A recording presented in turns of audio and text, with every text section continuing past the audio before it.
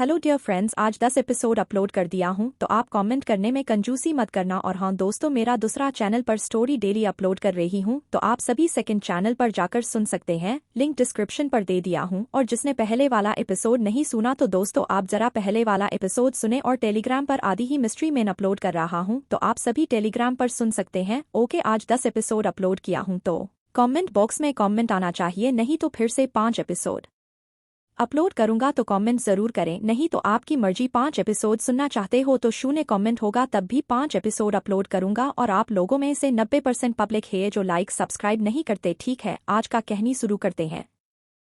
Episode 161, Natasha first आई। अब तक आपने सुना कि अनाहिता संस्कृत के पेपर का जवाब ठीक से नहीं दे पाती है, मगर बाकी 2 पेज पर बहुत अच्छे से करती है। लेकिन शेखर अनाहिता, वीरेन और उसके दोस्त अद्विक के पेपर को चेक ही नहीं करता क्योंकि उसे लगता है कि यह लोग बहुत ही बुरे स्टूडेंट है। अब आगे क्लास के अंदर अनाहिता जैसे ही अपनी सीट पर बैठी, अद्विक उसके पास आया और बोला, मैंने देखा कि तुमने भी सारे मल्टीपल चॉइस क्वेश्चन का जवाब भी दिया, तुमने भी मेरे ही रास्ता फॉलो किया, मैंने सारे सवालों का जवाब सी दिया था, इस तरह से चांसेस बढ़ जाते हैं।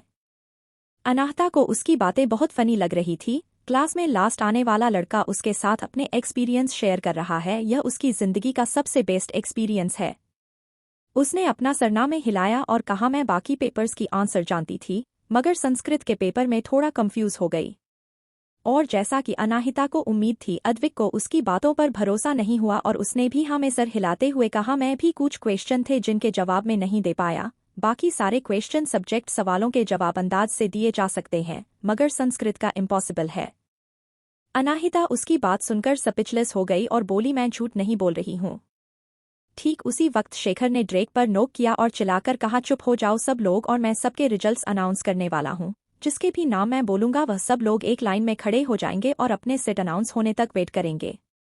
सब लोग स्ट्रेट होकर बैठ गए, यहाँ तक कि अद्विक भी। अनाहिता ने अपने आंखों से चारों तरफ देखा, सब लोग इस वक्त हाई अलर्ट करते शिवाय वीरेन के। वह अपने डेस्क के आगे बैठा हुआ था जैसे वह किसी भी वक्त सो जाएगा।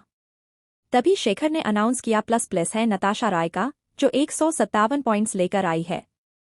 पूरा टेस्ट 180 पॉइंट्स का था, यानी कि 157 काफी इनक्रेडिबल स्टोर था। शेखर ने इन नताशा की तरफ देखा तो वह मुस्कुराकर लाइन में से पहले खड़ी हो गई, लेकिन जाने से पहले उसने एक डेविल स्माइल के साथ अनाहिता की तरफ देखा जैसे वह अपनी जीत का अनाउंस कर रही हो। लेकिन अनाहिता ने नताशा को नोटिस भी नहीं किया क्योंकि उसे जानना था कि उसे कितने मार्क्स मिले हैं, क्योंकि उसे पता था कि संस्कृत के अलावा उसे बाकी दोनों सब्जेक्ट में फुल मार्क्स मिलेंगे और अगर गलती से उसके अंदाज से लगाए हुए मल्टीपल चॉइस क्वेश्चन में कुछ सही हो गए तो एक्स्ट्रा भी मिल सकते हैं। उसे कम से कम 130 पॉइंट से मिलनी चाहिए और उसे देखना था कि 130 पॉइंट्स के साथ वह किस रैंक पर होगी। सारे स्टूडेंट को एक के बाद एक रैंक और नंबर बताए जाने लगे। 130 पॉइंट्स के स्टूडेंट्स में भी अनाहिता नहीं थी और ना ही अनाहिता का नाम बाद में लिया गया। फिर नायरा का नाम लिया गया जो 93 पॉइंट्स लेकर आई थी। नायरा का नंबर अनाउंस करने के बाद शेखर बोला, कीप इट अप नायरा, भले ही तुम्हारी फाउंडेशन थोड़ी वीक है मगर तुमने काफी सवालों का जवाब सही दिया है, अच्छे से मेहनत करो, तुम्हारे अंदर पोटेंशियल है। थैंक यू सर, नायरा ने मुस्कुराकर जवाब दिया। वह अपनी क्लास में 4th स्टूडेंट थी और शेखर ने उसे काफी इनकरेज किया जिससे उसके चेहरे पर बड़ी से मुस्कुराहट आ गई। नायरा वहां से चली गई। जल्दी ही सारे स्टूडेंट के नाम बोल दिए गए और उसके बाद आखिर में शेखर बोला, बाकी सब अपने मर्जी के हिसाब से सिर्फ चुन लो। सब स्टूडेंट के बैठने के बाद बाकी जो सीट्स पड़ेंगे उसे पर तुम लोग बैठ सकते हो। यह सुनते ही अनाहिता की भौहें आपस में सिकुड़ गई और शेखर जो क्लास से जाने वाला था उसने उसे आवाज दी, शेखर सर। उसकी आवाज सुनते ही शेखर की भौहें आपस में सिकुड़ गई और उसने मोड़कर उसे देखते हुए पूछा, क्या बात है, मेरा स्कोर क्या है? अनाहिता ने उसकी तरफ घूरते हुए देखा और कहा, आपने मेरा और बाकी 2 स्टूडेंट का स्कोर अनाउंस नहीं किया। उसकी बातों से वीरेन का ध्यान उसकी तरफ चला गया जो थोड़ी देर पहले सोने की प्लानिंग कर रहा था। वह अपनी एक आईब्रो उठाकर मीनिंगफुली अनाहिता की तरफ देखने लगा। अनीता की आवाज पोलाइट थी मगर काफी स्ट्रांग थी, इतनी स्ट्रांग जिसकी वजह से शहर की आवाज भी नीचे दबा दिया था। उसे अचानक कुछ समझ में आया और उसने अपने बगल में बैठे हुए अद्विक को लात मारी। वह लोग कई सालों से दोस्त थे और हर एक सिचुएशन में एक दूसरे के साथ रहे थे, इसलिए सिर्फ एक छोटी सी हिंट से भी अद्विक समझ सकता था कि वीरेन क्या सोच रहा है। किक पड़ते ही अद्विक को उसकी बातों का मतलब समझ में आ गया और अपना पर मसलते हुए वह अनाहिता के बगल में खड़ा हुआ और बोला, हाँ शेखर सर, आपने मेरा स्कोर क्यों नहीं अनाउंस किया? अगर मैं क्लास में लास्ट भी आया हूं तो मुझे अपना स्कोर जानने का हक तो है ना? शेखर ने उन दोनों की तरफ देखा और हंसते हुए कहा, मैं तुम लोगों को एम्बेरस नहीं करना चाहता था, लेकिन तुम लोगों से यह बर्दाश्त नहीं हुआ। तुम में से एक ने तो अपने पेपर पर नाम तक नहीं लिखा था और बाकी दोनों सारे क्वेश्चंस का जवाब अंदाज से दिया था। क्या तुम तीनों को लगता है कि मुझे तुम्हारे पॉइंट्स अनाउंस करने की जरूरत है? यह बात सुनते ही अनाहिता तुरंत समझ गई कि हो क्या रहा है। शेखर ने उसके पेपर चेक ही नहीं किए हैं। थोड़ी देर पहले अनाहिता को ऐसा लग रहा था कि वह शेखर के एक्शन को समझ सकती है और वह इतना भी बुरा इंसान नहीं है, लेकिन उसकी यह बात सुनकर अनाहिता बिल्कुल समझ गई कि वो अच्छा इंसान है ही नहीं। अद्विक जो अभी अभी बहुत ही प्राउड से खड़ा हुआ था, उसे अचानक शर्मा नहीं लगी। उसे भी पता था उसके स्कोर को अनाउंस करने की सचमुच कोई जरूरत नहीं है, वह कोई भी सीट पर बैठ जाता। डैम, यह सब वीरेन की गलती है। क्यों वह इस लड़की की मदद करना चाहता था? लेकिन ठीक उसी वक्त अनाहिता बोली, मुझे नहीं पता कि आप क्या सोच रहे हैं या फिर इन्होंने क्या किया, लेकिन मैं यह जानना चाहती हूँ कि मैंने कितना अच्छा किया है।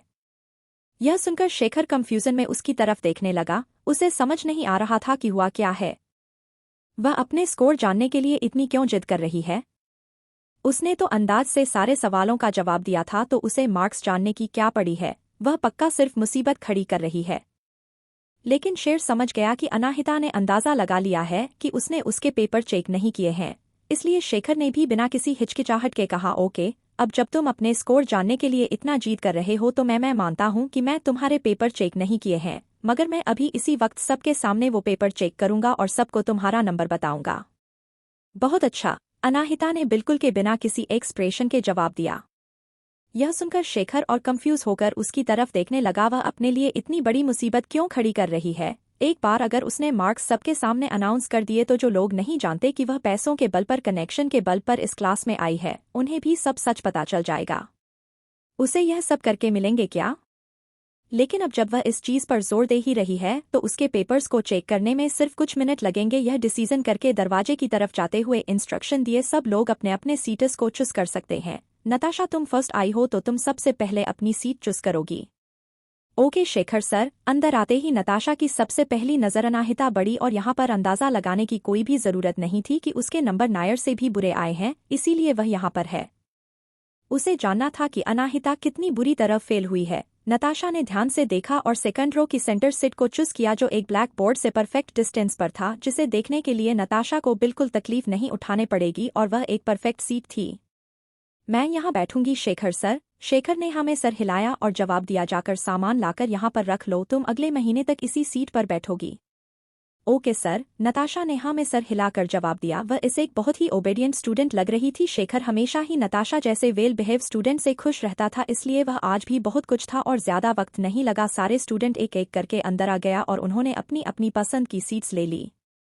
जो स्टूडेंट नताशा के बगल में बैठे थे उन्होंने तुरंत बातें करना शुरू कर दी। नताशा, क्या तुमने मैथमेटिक्स और एस्ट्रोनॉमी की लास्ट वाली क्वेश्चन का जवाब दिया? नताशा ने ना में सर हिलाया और कहा, नहीं, वह सवाल बहुत ज्यादा मुश्किल से और मेरे पास ज्यादा वक्त नहीं था उन्हें आंसर करने का, लेकिन मैं किसी तरह संस्कृत वाले पेपर का थोड़ा बहुत जवाब दिया था। मेरे दादाजी इस सब्जेक्ट में बहुत अच्छे थे और उन्होंने मैक्सवेल यूनिवर्सिटी से ग्रेजुएशन किया था, इसलिए मैंने उनसे बहुत कुछ सीखा है। जो स्टूडेंट नताशा के बगल में बैठी था वह शॉक हो गई और उसने पूछा, वाह, तुम्हारे दादाजी ने मैक्सवेल यूनिवर्सिटी से ग्रेजुएशन किया था? मुझे बहुत जलन हो रही है। उसकी बात सुनकर नताशा हल्का सा मुस्कुराई। जब भी लोग उसकी इस तरह तारीफ करते थे उसे बहुत अच्छा लगता था, लेकिन वह ऐसे नाटक करती थी जैसे कि बड़ी बात नहीं है। वही सारे स्टूडेंट के बैठ जाने के बाद शेखर अपने डेस्क पर बैठा और 3 बिना चेक हुई पेपर्स को लेकर चेक करने लगा। पहला पेपर जिस पर नाम भी नहीं लिखा हुआ था उसके लिए 0। सेकंड पेपर जो अद्विक का था, उसने सारे मल्टीपल चॉइस की आंसर सी दिए थे और उसका मेथड फेल हो गया था और उसे भी 0 ही मिला था। और लास्ट पेपर अनाहिता का था, जिसने संस्कृत में सारे मल्टीपल चॉइस के जवाब भी दिए थे और उसके क्षेत्र को देखकर उसने वहां उसे 0 दे दिया। लेकिन जैसे ही शेखर ने अनाहिता के मैथमेटिक्स पेपर को चेक किया, उसकी आंखें बड़ी हो गई। ऐसा लग रहा था जैसे किसी भी वक्त बाहर आ जाएगी। अनाहिता ने एक्चुअली इस पेपर के आंसर को गैस नहीं किया था, बल्कि उसने सारे 10 सवालों के जवाब सही दिए हैं। यहाँ तक कि उसने सबसे मुश्किल आखिरी सवाल को भी करेक्ट फार्मूला लगाकर सही बनाया है। इस वक्त शेखर को भरोसा नहीं हो रहा था कि क्या अनाहिता ने ही यह पेपर लिखा है या फिर नहीं। शेखर को सबसे ज्यादा बात जो हैरान करी थी वह यह कि अनाहिता ने जो एक्स्ट्रा सबसे मुश्किल क्वेश्चन था उसका भी जवाब बिल्कुल सही दिया है। यह क्वेश्चन स्टूडेंट लेवल के ऊपर का था और इसे सॉल्व करने के लिए स्टूडेंट्स को और एडवांस्ड क्लासेस की ज़रूरत हो सकती थी। शिखर ने यह सवाल इसलिए डाला था ताकि वह अपनी स्टूडेंट की कैपेबिलिटी चेक कर दे सके, लेकिन कोई भी इस सवाल का जवाब नहीं दे पाया था। यहाँ तक यह एडवांस क्लास के स्टूडेंट्स को भी इस सवाल और इक्वेशन को सॉल्व करने में तकरीबन 1 घंटा लग जाता है, तो अनाहिता ने यह सवाल इतनी जल्दी कैसे कंप्लीट कर लिया। शेखर यह देखकर हैरान हो गया था। क्या अनाहिता ने सारे सवालों के जवाब दिए हैं? लेकिन उसे अभी भी भरोसा नहीं था कि उसने को सवाल का जवाब सही दिया होगा, इसलिए उसने अपने आप को शांत रखा। लेकिन अनाहिता के लिखे हुए फार्मूले को देखते हैं, उसके चेहरे पर एक स्माइल आ गई। आगे कहानी में क्या होगा जानने के लिए सुनते रहिए mystery girl and a rude hero, और कमेंट और लाइक जरूर कीजिए जिससे हमें प्रोत्साहन मिले। धन्यवाद। एपिसोड 162 से 148 मार्कस। अब तक आपने सुना कि शेखर अनाहिता और बाकी 2 पेपर को चेक ही नहीं करता, लेकिन अनाहिता उसे चेक करने के लिए मजबूर करती है और अनाहिता के पेपर चेक करते हुए शेखर हैरान हो जाता है। अब आगे। जैसे ही शेखर ने अनाहिता का लिखा हुआ फार्मूला देखा, उसके चेहरे पर एक स्माइल गई। सिंपलेस्ट फार्मूला था। क्या उसे उम्मीद थी कि इतने सिंपल फार्मूला से वह सही जवाब दे पाएगी? वह जानता ही था उसे कोई उम्मीद नहीं रखी जा सकती। शेखर उसे सवाल को गलत करने ही वाला था, लेकिन तभी अचानक उसकी नज़र फाइनल आंसर पर गई, जिसे देखकर वह हैरान हो गया। फाइनल आंसर अनाहिता ने लिखा था 1.3129 और सही आंसर भी यही था 1.3129। क्या उसने आंसर का अंदाज़ा लगाया? लेकिन इस तरह से अंदाज़ा लगाकर आंसर तो नहीं दिया जा सकता। शेखर की नज़र काफ़ी देर तक उसके पेपर बन रही और उसने पेपर फिर से चेक किया, यह शक करने के लिए कि कहीं उससे कोई गलती नहीं हुई। जब उसने ध्यान से उसे फार्मूले और अनाहिता की प्रक्रिया को देखा, वह हैरान हो गया। अनाहिता ने एक्चुअली सबसे सिंपलेस्ट फार्मूला इस्तेमाल करके कम्प्लेक्स इक्वेशन को सॉल्व कर दिया था, वह भी बिल्कुल स्टेप बाय स्टेप, बिल्कुल परफेक्ट। जैसे ही शेखर ने वह आंसर पढ़ा, उसे यह फार्मूला अपने थीसिस में लिखने की इच्छा हुई। तभी एक स्टूडेंट ने पूछा, सर क्या अभी हम खुद से पढ़ाई करें या फिर क्लास शुरू होगी? शेखर ने अपनी नज़र उस स्टूडेंट पर डाली और जवाब दिया, अभी के लिए खुद पढ़ाई करो, क्लास 10 मिनट बाद शुरू होगी। यह कहने के बाद शेखर ने दूसरे स्टूडेंट को इग्नोर किया और अनाहिता का उसे किया हुआ फार्मूला इक्वेशन याद करने लगा और फिर बाकी पेपर चेक करने लगा। आखिरी पेपर एस्ट्रोनेशन का था और उसे पढ़ने के बाद अपने आप इसे करके चेहरे पर मुस्कुराहट आ गई। वह अपने आप को कंट्रोल नहीं कर पा रहा था। उसने सब्जेक्ट्स में परफेक्ट स्कोर किया है, एस्ट्रोनेशन सब्जेक्ट के सारे सवाल सही जवाब दिए हैं, जबकि उसमें कुछ अनकॉमन शब्द भी थी इस्तेमाल किए गए थे। शेखर भी देश से बाहर 6 सालों तक रहा था, लेकिन फिर भी उसे इस लैंग्वेज को समझने के लिए कभी कभी डिक्शनरी की जरूरत पड़ जाती थी। लेकिन अनाहिता ने सारे सवालों के जवाब सही दिए हैं। सिर्फ एस्ट्रोनेशन नहीं बल्कि मैथमेटिक्स का पेपर भी बिल्कुल परफेक्ट था, बस उसके संस्कृत के पेपर में उसे थोड़ा नीचे कर दिया था, वरना बिना किसी डाउट के उसके टोटल स्कोर नताशा से भी अच्छे होते। अनाहिता उसकी तरफ देखे जा रहा था तो अनाहिता टेबल पर अपना सर रखे सोई हुई थी। कोई नहीं बता सकता था कि वह सो रही है या फिर दिन में ही सपने देख रही है। इस वक्त शेखर की अनाहिता के लिए सोच बिल्कुल बदल गई। वह एक बुरी स्टूडेंट नहीं है, बल्कि वह एक अमेजिंग स्टूडेंट है, बस उसकी एक कमजोरी है। क्या नताशा ने उसे नहीं कहा था कि अनाहिता सिर्फ एक वेट्रेस है? ऐसा कैसे हो सकता है? उसे ध्यान से अनाहिता के बैकग्राउंड के बारे में टाइम निकाल कर जांच करनी होगी। वही जब नताशा ने शेखर के एक्सप्रेस में कुछ बदलाव देखे तो उसे हैरानी हुई। शेखर जो हमेशा ही शांत और एक्सप्रेशन रहता था, उसकी आंखों में हैरानी दिखाई दे रही थी और हैरानी के साथ साथ एक खुशी भी। वह इतना हैरान और खुश किस लिए है? क्यूरियस होकर नताशा ने भी शेखर की नज़रों का पीछा किया तो उसे एहसास हुआ कि वह अनाहिता की तरफ देखे जा रहा है, जो सो रही थी। और नताशा ने तुरंत अपना अंदाज़ा लगा लिया कि क्या शेखर भी अनाहिता की खूबसूरती के पीछे पागल हो गया है। जितना नताशा इस पॉसिबिलिटी के बारे में सोचती, उतना उसे गुस्सा आता और वह गुस्से में काँप रही थी। उसे लगा था कि शेखर एक काफ़ी अच्छा इंसान है, जो दूसरे लोगों से अच्छा है, और उसे ऐसा अंदाज़ा हुआ था कि वह अनाहिता की खूबसूरत चेहरे के पीछे पागल नहीं होगा, लेकिन उसे लगता है कि सारे मर्द एक जैसे होते हैं। ठीक उसी वक्त शेखर ने डेस्क पर नॉक किया। Knock knock. क्लासरूम जिसमें शोर हो रहा था वह तुरंत शांत हो गया और सब लोग शेखर की तरफ देखकर उसके बोलने का इंतजार करने लगे। थोड़ी देर के लिए शेखर कुछ शांत रहा और फिर उसने अनाउंस किया, मैंने तीनों स्टूडेंट के पेपर चेक कर लिए हैं और मैं रिजल्ट अभी अनाउंस करूंगा। किसी को ज्यादा वक्त नहीं लगा यह अंदाजा लगाने में कि कौन से 3 स्टूडेंट्स के पेपर चेक हो गए हैं। ऑब्वियसली वह अनाहिता, अद्विक और वीरेन थे जिनके मार्क्स नहीं बताए गए थे। यह सुनते ही नताशा के चेहरे पर एक शैतानी मुस्कुराहट आ गई। अब उसे पता लगेगा कि अनाहिता को कितने बुरे मार्क्स मिले हैं। उसके मार्क्स इतने अच्छे तरीके से अनाउंस करने का मतलब यह है कि शेखर सचमुच एक अच्छा इंसान है, वह अनाहिता की खूबसूरती के पीछे पागल नहीं हुआ। वहीं नायरा की आंखों में अभी एक अजीब सा लुक दिखाई दिया। वह अपनी क्लास में 4th पोजीशन पर आई थी क्योंकि उसके चेस्ट कंपटीशन की वजह से वह कोई क्लासेस में पार्टिसिपेट नहीं ले पाई थी। अगर उसने इतने सारे क्लासेस स्किप नहीं किए होते तो वह पक्का पढ़ाई में नताशा को भी पीछे छोड़ देती। अनाहिता के मार्क्स, एक गांव की गंवार लड़की जिसने एक सरकारी कॉलेज से ग्रेजुएशन किया है, वह कैसे अच्छे मार्क्स ला सकती है। उसने तो यहाँ तक सुना था कि जिस गांव में अनाहिता बड़ी हुई है वहाँ एक ढंग का स्कूल भी नहीं है, उसका स्कोर पक्का सिंगल डिजिट पर होगा। वह भी एक बड़ी सी मुस्कुराहट के साथ शेखर के अनाउंसमेंट का इंतजार करने लगी। तभी शेखर ने डिप आवाज में अनाउंस किया, वीरेन राव 0 पॉइंट्स। वीरेन जिसका नाम लिया गया उसने एक नज़र उठाकर देखने के भी जहमत नहीं उठाई और उसी तरह डेस्क पर सोता रहा। शेखर ने उसे इग्नोर किया। यह स्टूडेंट पक्का 1 महीने के अंदर यहाँ से निकल जाएगा, इसलिए इस पर वक्त बर्बाद करने का कोई फायदा नहीं है। अद्विक आहूजा 0 पॉइंट्स, शेखर ने अद्विक की तरफ देखकर कहा, जिससे अद्विक हैरान हो गया और उसने कहा, सर क्या आपसे गलती हुई है? मेरा हर एक सवाल गलत कैसे हो सकता है? शेखर ने उस बेवकूफ की तरफ घूर कर देखा और उससे बोला, तुमने हर एक मल्टीपल चॉइस क्वेश्चन के लिए सी ही चूज किया है और जैसा कि रूल है गैस को चीटिंग के बराबर ही माना जाता है और इसलिए तुम्हें 0 पॉइंट में मिले। यह सुनते ही अद्विक के गुस्से वाले चेहरे पर रिग्रेट की एक्सप्रेशन गए। उसे कैसे नहीं पता चला कि ऐसा भी कोई रोल होता है, वह कोई दूसरा तरीका अपना लेता गैस करने का। तभी अचानक अद्विक को याद आया कि अनाहिता ने पहले 5 संस्कृत के पेपर में ऐसे ही जवाब दिए थे, इसलिए उसने एक गहरी सांस छोड़ी और उसे सांत्वना देते हुए बोला, इसका मतलब भी तुम भी 0 मिलेगा, उदास मत होना, एटलीस्ट हम तीनों एक साथ रहेंगे। अनाहिता ने उसको इग्नोर किया और शेखर की तरफ देखने लगी। वह उसकी स्कोर का इंतजार करी थी। फाइनली शेखर बोला, अनाहिता मल्होत्रा। अनाहिता ने अपना सर टिल्ट करके उसकी तरफ देखा। तभी शेखर बोला, पहले की 2 सीट छोड़कर तुम जो चाहे सीट चूज कर सकती हो। कोई भी और स्टूडेंट अगर वह तुम्हारी सीट चॉइस करती है तो तुम्हें उसके साथ रजिस्ट करना होगा। उसकी बातों ने सभी स्टूडेंट को अपडेट कर दिया। तभी एक लड़का बोला, सर हम क्यों करें? हमने अच्छे से एग्जाम देकर फेल तरीके से सीट हासिल की है, हम इसी तरह की उसे अपनी सीट लेने दे। यह ठीक कह रहा है सर, यह फेयर नहीं है। नताशा ने गुस्से में अपनी मुठियां बांधी हुई थी और वह खुद को किसी तरह दूसरे स्टूडेंट की तरह कंप्लेंट करने से रुके हुए थी। तभी नायरा ने चिल्ते हुए कहा, सर क्या आपको अनाहिता ने किसी तरह के रिश्वत दी है? अगर नहीं तो क्यों आप हम सबसे स्पेशल ट्रीटमेंट दे रहे हैं, उसे रूल्स के खिलाफ जाकर? उसकी यह बात सुनते ही नताशा सहित सारे स्टूडेंट हैरान हो गए और हैरानी से नायरा की तरफ देखने लगे। हे भगवान, यह बहुत ही स्ट्रेट फॉरवर्ड और सीधा इल्जाम था शेखर के ऊपर।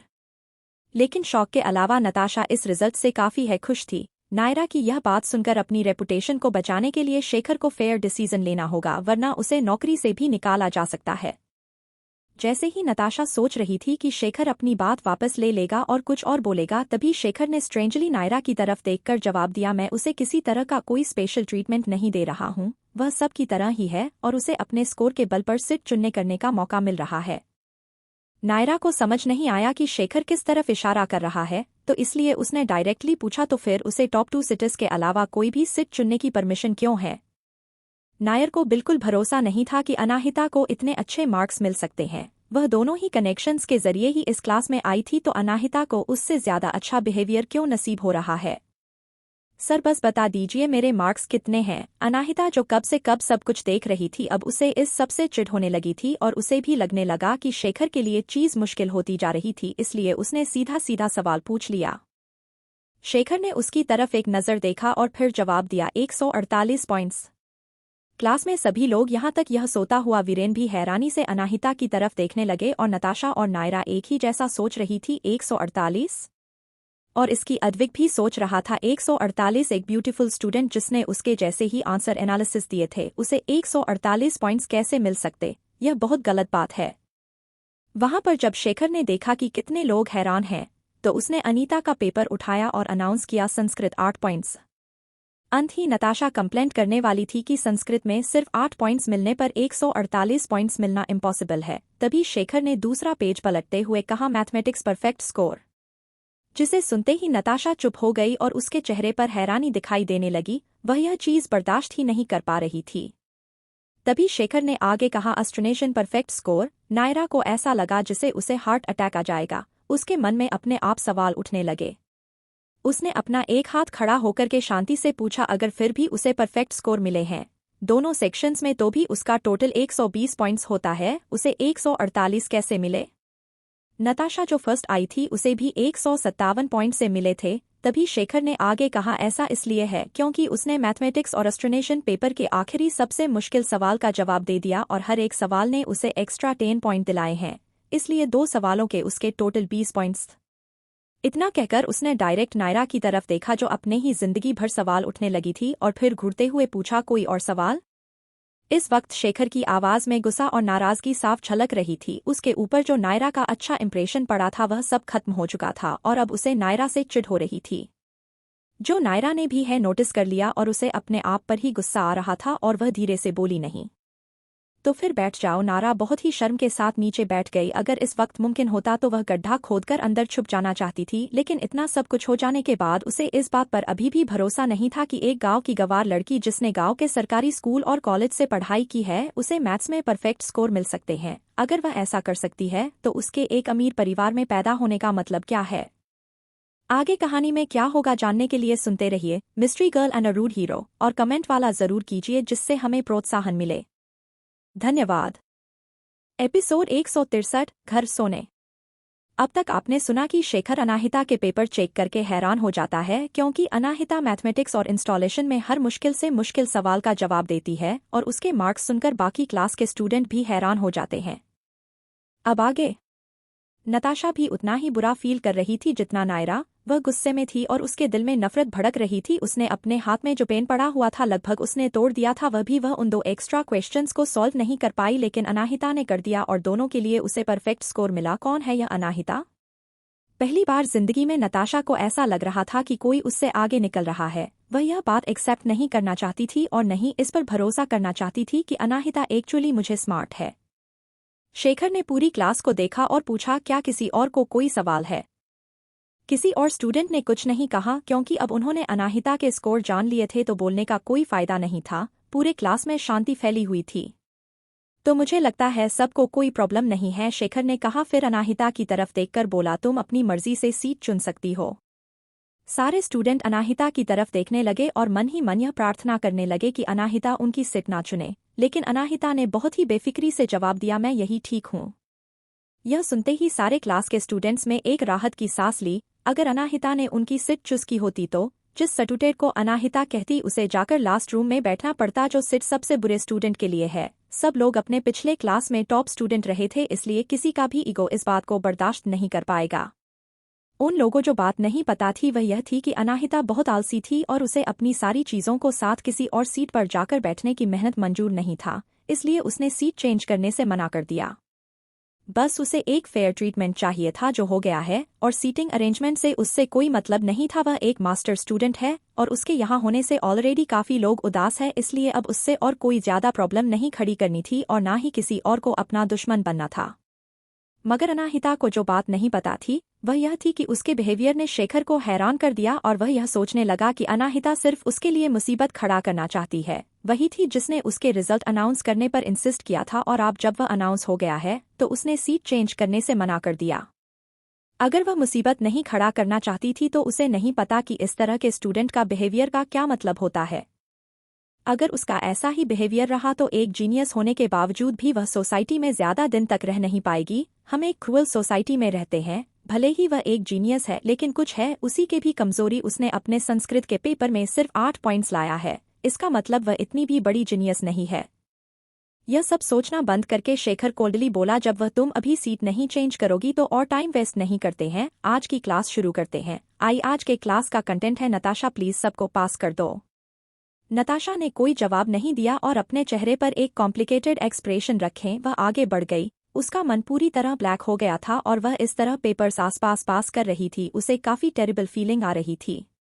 क्या फर्क पड़ता है, कुछ अच्छे मार्क्स ज्यादा है। वह क्वेश्चन सॉल्व नहीं कर पाई जो अनाहिता ने कर दिए। वह पिछली क्लास में सबसे बेस्ट स्टूडेंट थी, लेकिन फिर भी वह अपनी क्लास में फर्स्ट आई है। वह सुमित्रा जी को बताते वक्त बाकी डिटेल्स को मिस कर देगी, तभी उनके सामने अपने प्राउड को बनाए रखें पाएगी। इस पॉइंट पर आकर नताशा अपने आप से ही झूठ बोल रही थी और खुद को यह बोलकर कॉन्वेंट कर रही थी कि अनाहिता सिर्फ लकी थी जिसकी वजह से वह इतने मार्क्स ले पाई। शायद उसने ऐसे क्वेश्चन पहले बनाए हो। ऐसे ही हो सकता है। तभी वह उन सवालों का जवाब दे पाई। यही सब सोचकर नताशा खुद को शांत किया और शेखर की तरफ देखने लगी। उसे बहुत अच्छे पढ़ना था, वह अनाहिता से हार नहीं सकती। शेखर की क्लास बिल्कुल उसके स्टाइल की तरह थी, बिल्कुल बोरिंग और उबाने वाली, लेकिन सारी बातें टू द पॉइंट थी। वह हर एक बात बहुत ही क्लियरली और सिंसेरिटी से एक्सप्लेन कर रहा था। नताशा ध्यान से सुन रही थी और तब उसे समझ में आया कि प्रॉब्लम क्या है। प्रॉब्लम यह थी कि उसने इस फार्मूला के बारे में कभी पहले पढ़ा ही नहीं था। जब शेखर ने यह कहा कि एक बार फार्मूला याद कर लेने के बाद बाकी सारे क्वेश्चन टफ नहीं होंगे, तो उसने एक राहत की सांस छोड़ी। इसका मतलब साफ था कि अनाहिता ने यह फॉर्मूलास पहले सीख लिए होंगे, इसीलिए वो मुश्किल सवाल भी नहीं आसानी से बना पाई। इसका मतलब वह उतनी भी स्मार्ट नहीं है, वह बस एक इडियट है जिसने टेस्ट शुरू होने से पहले ही सीट्स को याद कर लिया था। नताशा को पीछे घूमने से खुद को रोक नहीं पाई। तब उसने देखा कि अनाहिता अपने डेस्क पर सर रखकर सो रही है, जिसे देखकर नताशा ने मुंह बनाया और सामने देखने लगी। तो वह इस तरह अपनी पढ़ाई को लेती है, वह उसकी बराबरी कभी नहीं कर पाएगी। वहीं शेखर, जो बहुत ही मुश्किल से अपने लेसन सारे सब लोगों को समझ रहा था, तब अपने ऊपर पर शक होने लगा था जब से उसने अनाहिता का इक्वेशन देखा था। मतलब क्या है इतने एडवांस और कॉम्प्लिकेटेड फॉर्मूलास को समझने का, जबकि से इक्वेशन में सिंपल फार्मूला को उसे करके भी सॉल्व हो सकते हैं। यह सब सोचते हुए शेखर ने पीछे मुड़कर अनाहिता की तरफ देखा जो सो रही थी, जिससे वह इरिटेट हो गया। स्लाम। शेखर ने बहुत ही तेजी से अपना हाथ डेस्क पर मारा और अपने गुस्से को कंट्रोल में करते हुए चिल्लाया, अगर किसी को सोना है तो घर जा सकता है और सटुटेड को डिस्टर्ब करने की जरूरत नहीं है। सारे स्टूडेंट्स ने एक साथ पीछे मुड़कर बैक सीट पर तीनों को देखा, जिनमें से 2 सो रहे थे। अनाहिता को नींद में भी एहसास हो गया कि सब लोग उसी की तरफ देख रहे हैं, और उसने धीरे से खुद को स्ट्रेच किया और फिर अपना बैग और फोन उठाकर धीरे से चलते हुए सबकी नजरों के सामने से क्लास से बाहर निकल गई।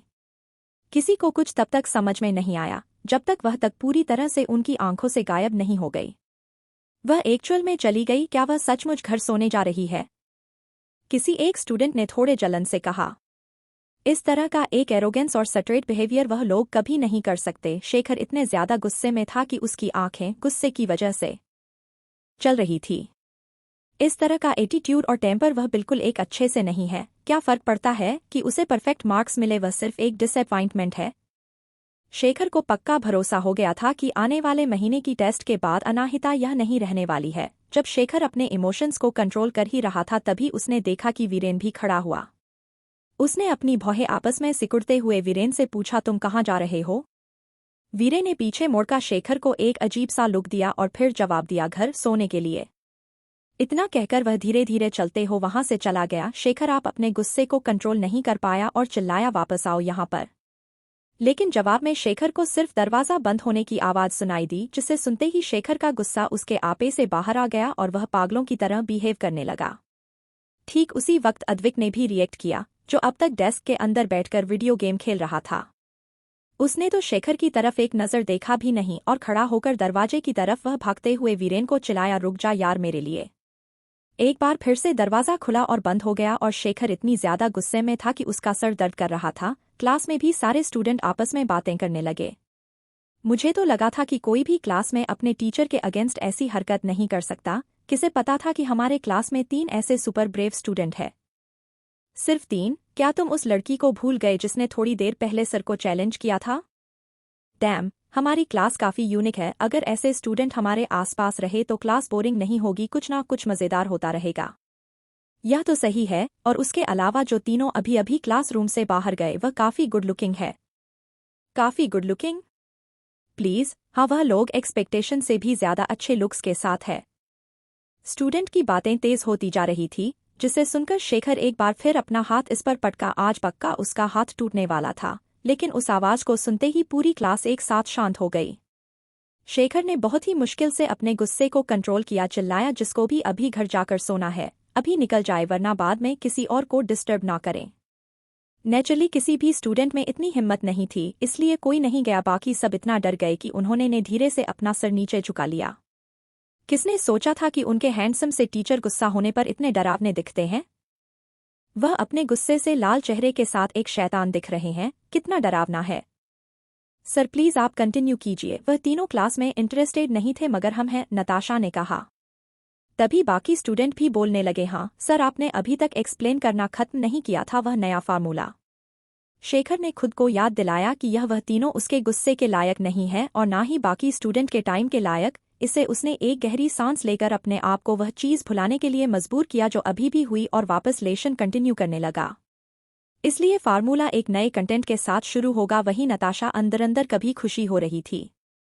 वह अनाहिता जिसे वह एक खतरे के तौर पर देख रही थी, वह तो क्लास पर ध्यान ही नहीं देती है, वह तो उसके टेंशन के लायक ही नहीं है। काश वह हर एक क्लास इसी तरह स्कीप करके बाहर रहे। वही अनाहिता जो कॉरिडोर में आगे बढ़ रही थी, वह अभी मैथमेटिक्स बिल्डिंग से आगे ही बढ़ी थी। तभी किसी ने पीछे उसे आवाज दी है। अनाहिता ने आवाज सुनकर पीछे मुड़कर देखा तो पीछे उसे वीरेन आता हुआ दिखाई दिया, जो अपनी पॉकेट में हाथ डाले उसकी तरफ चलकर आ रहा था। अनाहिता को वीरेन कोई अजनबी नहीं लगा क्योंकि वह राघव को बहुत लंबे टाइम से जानती थी, इसलिए उसे ऐसा लगा जैसे वह अपने ही किसी छोटे भाई से मिल रही हो। वीरेन के पास आते ही उसने मुस्कुराकर पूछा, क्या बात है मेरे छोटे भाई? छोटे भाई? अपनी भौहें आपस में सिकुड़ते हुए वीरेन ने उसकी बात रिपीट की। उसे यह टाइटल बिल्कुल पसंद नहीं आया। अनीता ने हंसते हुए जवाब दिया, तुम छोटे हो इसलिए मैं तुम्हें छोटा भाई बोल रही हूँ, वरना तुम्हें क्या बोलूंगी? तुम्हें कैसे पता मैं छोटा हूँ? वीरेन ने उसे चैलेंज किया, लेकिन अनाहिता के जवाब ने उसे हैरान कर दिया। आगे कहानी में क्या होगा जानने के लिए सुनते रहिए mystery girl and a rude hero, और कमेंट और लाइक जरूर कीजिए जिससे हमें प्रोत्साहन मिले। धन्यवाद। एपिसोड 164, बैन पबजी गेम खेलना। अब तक आपने सुना कि शेखर क्लास में पढ़ रहा होता है और अनाहिता और वीरेन सो रहे होते हैं, और शेखर के एक बार बोलने पर अनाहिता, वीरेन और अद्विक क्लास से निकल जाते हैं, जिससे शेखर को बहुत गुस्सा आता है। अब आगे।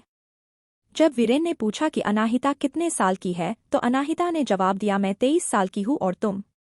उसकी इस बात से वीरेन हैरान हो गया। वह सिर्फ 20 साल का है, वह सचमुच उससे छोटा है। अनीता को देखकर पता ही नहीं लगता था कि वह वीरेन से बड़ी है, मगर उसके चेहरे से वह छोटी लगती थी। भले ही वह एवरेज लड़कियों से ज्यादा लंबी थी, मगर वीरेन उससे भी ज्यादा लंबा था। हम क्लासमेट हैं, तो इसलिए हमें एक दूसरे को नाम से ही बुलाना चाहिए। मैं वीरेन हूँ। कुछ सोचकर अनाहिता ने जवाब दिया, अनाहिता तुम कहाँ जा रही हो? वीरेन ने हमें सर हिलाते हुए कहा। अनाहिता उसे बताना चाहती थी कि वह अपने हॉस्टल रूम में जा रही है सोने, लेकिन तभी अचानक उसे दूर से कोई दौड़ता हुआ दिखाई दिया। जब वह इंसान नजदीक आया तो अनाहिता ने देखा कि वह अद्विक है। अद्विक भी काफी हैंडसम था और शायद लगातार जिम करने की वजह से काफी मस्कुलर भी। उसने लंबी गहरी सांस से लेकर वीरेन कंधे पर हाथ रखते हुए कहा, तुम मेरे लिए रुके क्यों नहीं? जैसे ही अद्विक ने अपना सवाल खत्म किया, उसे अनाहिता दिखी जो उनके सामने खड़ी थी, और उसने उसे देखते हुए पूछा, है ब्यूटीफुल, मुझे नहीं पता था तुम भी यहाँ हो। हेलो, अनाहिता ने उसे ग्रिट किया। तभी अद्विक ने वीरेन से कहा, अरे यार, मैंने अभी अभी अपने मोबाइल फोन पर नोटिफिकेशन देखी जिसमें कुछ फालतू लोग हमें चैलेंज कर रहे हैं, और वह भी काफी एरोगेंट वे में। मुझे बहुत गुस्सा आया। जल्दी से किसी साइबर कैफे में चलकर और उसने सबक सिखाते हैं। अद्विक इतने गुस्से में था कि उसका चेहरा लाल पड़ गया था। वीरेन भी काफी बोर हो रहा था और वह इस वक्त राव विला नहीं जा सकता है, इसलिए उसने भी हमें सर हिला के जवाब दिया, ओके। उनकी बातें सुनकर अनाहिता क्यूरोस हो गई और उसने पूछा, तुम दोनों लड़के कौन सा गेम खेलने वाले हो? अद्विक ने जवाब दिया, यह एक शूटिंग गेम है, हमारे लड़कों के लिए उसका नाम पबजी है। अनाहिता ने एक आईब्रो उठाकर देखा, यह तो वही गेम है जो उसके फॉरेन दोस्त ने डिजाइन किया था, लेकिन यह तो यहाँ इस देश में बैन है, यह लोग कैसे खेलने वाले हैं? अनाहिता ने सोचा और अद्विक से पूछा, तुम लोग यह गेम यहाँ कैसे खेलने वाले हो? यह तो इंडिया में बैन है। तो अद्विक बोला, अरे इंडिया में बैन है, मगर हम लोग वीपीएन का इस्तेमाल करके अपनी लोकेशन चेंज करके खेल सकते हैं, किसी को नहीं पता चलेगा। अनाहिता ने इस बारे में सोचा। इस वक्त हॉस्टल रूम में जाना बोरिंग होगा, इसलिए अनाहिता ने भी कहा, कैसा रहेगा अगर मैं भी तुम लोगों के साथ चलूं? तुम? अद्विक ने हिचकिचाते हुए पूछा, तुम भी पबजी खेलती हो? थोड़ा बहुत मुझे अपनी टीम में शामिल कर लो, शायद मैं तुम्हारी कोई मदद करता हूँ। यह सुनते ही अद्विक हंसने लगा, भूल जाओ, मैं तुम्हें अपनी टीम में तब शामिल करूंगा जब हमारी टीम को 3 या 5 लोगों को जरूरत होगी। बस तुम्हें डिसेंट लॉस को ढूंढकर हमें पास करना होगा। क्या वह लोग उसे एक टूल की तरह इस्तेमाल करने वाले हैं? भले ही अद्विक की बात तो का कैसे जवाब देना है अनाहिता समझ नहीं पाई, फिर भी उसे हाँ में सर हिला दिया और कहा, ठीक है फिर चलो। थोड़ी देर पहले ही उसने अपना फोन चेक किया था। रुद्राक्ष ने अभी तक उसे कॉल नहीं किया और अपने आप को ज्यादा सोचने से रोकने के लिए उसने साइबर कैफे में वक्त बिताने का फैसला किया। ओके, सेटल करते हैं, चलो, अद्विक ने कहा। लेकिन जैसे ही उसे याद आया कि वीरेन कैसे नए प्लेयर्स के साथ खेलने से चिढ़ जाता है, वह थोड़ा हिचकिचाने लगा। वीरेन सबसे इनसेंसिटिव लड़का था जिससे वह अब तक मिला था, क्योंकि उसे पहले भी अद्विक ने एक लड़की को अपनी टीम में शामिल करने की कोशिश की थी, लेकिन फिर उन्होंने गेम शुरू होने से तुरंत पहले छोड़कर वहां से चला गया था, यह कहकर कि वह लड़की बहुत शोर मचा रही है, और उसके ऐसे अचानक जाने से अद्विक के लिए चीज काफी ऑकवर्ड हो गई थी। इसलिए अब हिचकिचा था कि वीरेन अनाहिता को अपनी टीम में खिलाना चाहेगा या नहीं। थोड़ी देर सोचने के बाद अद्विक ने फाइनली हिम्मत करके पूछा, वीरेन क्या तुम? लेकिन अनएक्सपेक्टेडली वीरेन ने अद्विक का सवाल खत्म होने से पहले ही कहा, वोट एवर, उस एनिमी का रैंक लीडर बोर्ड पर 3rd है और वह हमेशा ही अंधेरे में छुपकर वार करता है, और तुम इसके जैसे 3 लोगों को भी अपनी टीम में शामिल कर लोगे तो कोई फर्क नहीं पड़ेगा। यह सुनकर अद्विक ने एक राहत की सांस ली, एटलीस्ट वह अनाहिता को अपनी टीम में लेने के लिए मन तो गया। उसने अनाहिता की तरफ देखकर मुस्कुराया कर कहा, लेट्स गो। मिस, तुम्हारा नाम? मेरा नाम अनाहिता मल्होत्रा है, मगर तुम लोग मुझे माहिरा बोल सकते हो। ऑल राइट माहिरा, मैं अद्विक हूँ और तुम मुझे आदि बोल सकती हो। अनाहिता अद्विक को देख रही थी, तभी अद्विक ने उसकी तरफ देखते हुए पूछा, तुम्हें टेस्ट में इतने हाई स्कोर कैसे मिले? क्योंकि मैंने तुम्हें उसी तरह अंदाजे से आंसर चूज करते हुए देखा था जो मैंने भी किया था। मैंने चीटिंग की, अनाहिता ने मुस्कुराकर कहा, और यह बातें सुनते ही अब अद्विक के पास बोलने के लिए कुछ बचा ही नहीं था। चीटिंग की, मगर उसके लिए भी स्किल की जरूरत होती है। यह बहुत अमेजिंग था कि उसने शेखर की चिल जैसी निगाहों से बचकर उसकी नाक के नीचे चिटीक कर ली और उसे पता ही नहीं चला। अद्विक उसे एडमायर करने लगा और उसने उसे पबजी का इंट्रोडक्शन देना शुरू किया। एनीवे, तुम ग्राउंड को टच करते ही लॉस कनेक्ट करना शुरू कर देना। उसके बाद अगर तुम्हें लेवल 3 का आर्मर हेलमेट या कुछ डिजाइन गन्स मिले तो हमें पास करने के लिए हमारे पास आ जाना। अनाहिता और बोली, मैं समझ गई। मुंबई में कई सारे साइबर कैफे थे, अभी के लिए एक ऐसा साइबर कैफे ढूंढना जिसका एनवायरनमेंट बहुत अच्छा था और जहां से वह लोग वीपीएन के जरिए अच्छे से खेल पाए। भले ही यह थोड़ा एक्सपेंसिव था, मगर उसने बिना किसी हिचकिचाहट के उन तीनों के लिए एक प्राइवेट रूम बुक कर दिया। अगर वह दोनों सिर्फ लड़के होते तो वह लोग कोई भी साइबर कैफे चुन लेते, मगर अब जब उनके साथ ही खूबसूरत लड़की भी है तो उन्होंने अपनी एक हाई क्लास कैफे में जाने की सोची। यह पहली बार था जब अनाहिता इस देश में आने के बाद किसी साइबर कैफे में गई थी। वहां के इक्विपमेंट और फैसिलिटी और प्राइवेट रूम को देखकर एक पल के हैरान हो गई। यह प्राइवेट साइबर कैफे तो उसने जो अमेरिका में देखा था उससे भी कहीं ज्यादा अच्छा है। अनाहिता ने एक कंप्यूटर चूज कर लिया और उसे ऑन करके उसके स्पेसिफिकेशन चेक करने लगी। वाह, इसके स्पेसिफिकेशंस इतनी भी बुरे नहीं है, अनाहिता ने कमेंट किया। वह सोच रही थी कि इसी कंप्यूटर के स्पेसिफिकेशन के बल पर अपने घर वाले लैपटॉप को भी अपग्रेड कर दे, क्योंकि उसका वह लैपटॉप ज्यादा दिनों तक उसे हायर लेवल सिक्योरिटी वालों को बर्दाश्त नहीं कर पाएगा। अच्छी स्किल्स और एक अच्छा लैपटॉप हैकर के लिए बहुत जरूरी होता है। अगर उसने आखिरी बार यह कंप्यूटर उसे किया होता तो उसका बहुत वक्त भी बच जाता और उसने उसे दूसरी तरफ वाले हैकर को पकड़ भी लिया होता। जब अद्विक ने देखा कि अनाहिता कंप्यूटर की तारीफ कर रही तो उसके चेहरे पर मुस्कुराहट आ गई और उसने पूछा, मिसी, क्या तुम्हें कंप्यूटर की स्पेसिफिकेशन के बारे में 1 या 2 चीज मालूम है? थोड़ा बहुत, अनाहिता ने जवाब दिया। अगर रुद्राक्ष होता तो अनाहिता की थोड़ा बहुत का मतलब अच्छे से समझ जाता। वही दूसरी तरफ अद्विक अनाहिता की बातों को सीरियसली नहीं लिया और थोड़ा सा हंसने लगा। उसकी नज़रों में वह एक लड़की थी, इसलिए एक अच्छी स्मूथ स्क्रीन और फास्ट इंटरनेट स्पीड को ही एक अच्छा स्पेसिफिकेशन मांग लिया था। लेकिन उसे हैरानी तब हुई जब अनाहिता अचानक बोली, इस कंप्यूटर में 16,000 कंप्यूटिंग नोड से 2.2 गज प्रोसेसिंग पावर, इसके अलावा उसकी इंफॉर्मेशन प्रोसेसिंग भी काफ़ी अच्छी है। मुझे लगता है इस कंप्यूटर का स्पेसिफिकेशन मार्केट में सबसे बेस्ट होगा। अद्विक हैरान हो गया और उसे अनाहिता की कही हुई एक बात भी समझ नहीं आई, लेकिन जैसे ही उसने अनाहिता का एक्सप्लेनेशन सुना उसे भी ऐसा लगा कि कंप्यूटर सचमुच अच्छा है। वह हैरानी से बोला, वाह, वो तुम तो इसमें एक्सपर्ट हो। मैं तो कुछ दिनों पहले सोच रहा था कि यह लोग कस्टमर को लूटते हैं, क्योंकि 1 घंटे के लिए इनका चार्ज बहुत ज्यादा होता है। अनाहिता ने हमें सर हिलाया और कहा, इस साइबर कैफे के इक्विपमेंट सचमुच उतने चार्ज के हकदार है। मैं इस कैफे के मालिक से बात करूंगी और पूछूंगी कि मैं इस तरह के कंप्यूटर कहां से खरीद सकती हूं। अद्विक अनाहिता की बातों से कंफ्यूज था, लेकिन जब वीरेन ने कहा था उसे कुछ समझ में आया। अगर तुम अपने कंप्यूटर के पार्ट्स बदलने की सोच रही हो तो मैं तुम्हें अपने फ्रेंड से इंट्रोड्यूस कर सकता हूं। अनाहिता ने उसकी तरफ देखा और पूछा, क्या उसके कंप्यूटर इससे भी बेटर है? वीरेन नेहा में सर हिलाया, बोला, ओबरॉय परिवार का टेक्नोलॉजी की रेंज में काफी हाई बिजनेस है। एक सिंपल सा कंप्यूटर बनाना उनके लिए कोई बड़ी बात नहीं होगी। ओबरॉय परिवार? अनाहिता धीरे से बोली, क्या तुम उस ओबरॉय फैमिली की बात कर रहे हो जिसमें ध्रुव है? उसका सवाल सुनकर वीरेन हैरान हो गया और उसने पूछा, क्या तुम ध्रुव भाई को जानती हो? यह सुनकर अनाहिता के एक्सप्रेशन थोड़े चेंज हुआ और उसने इंडिफरेंटली कहा, तुम ऐसा कह सकते हो। भले ही उसने ध्रुव और राघव को काफी लंबे टाइम से नहीं देखा था, इसलिए उसे कोई आइडिया नहीं था कि वह लोग इस वक्त कहाँ होंगे, और उसके अलावा उसे यह भी नहीं पता कि था कि रुद्राक्ष इस वक्त किस चीज में इतना बिजी है। जो अनाहिता अपने ख्यालों में खोई हुई थी, तो उन दोनों में मिलकर वीपीएन के जरिए पबजी गेम को ऑन कर दिया। मैं रेडी हूँ, अनाहिता बोली।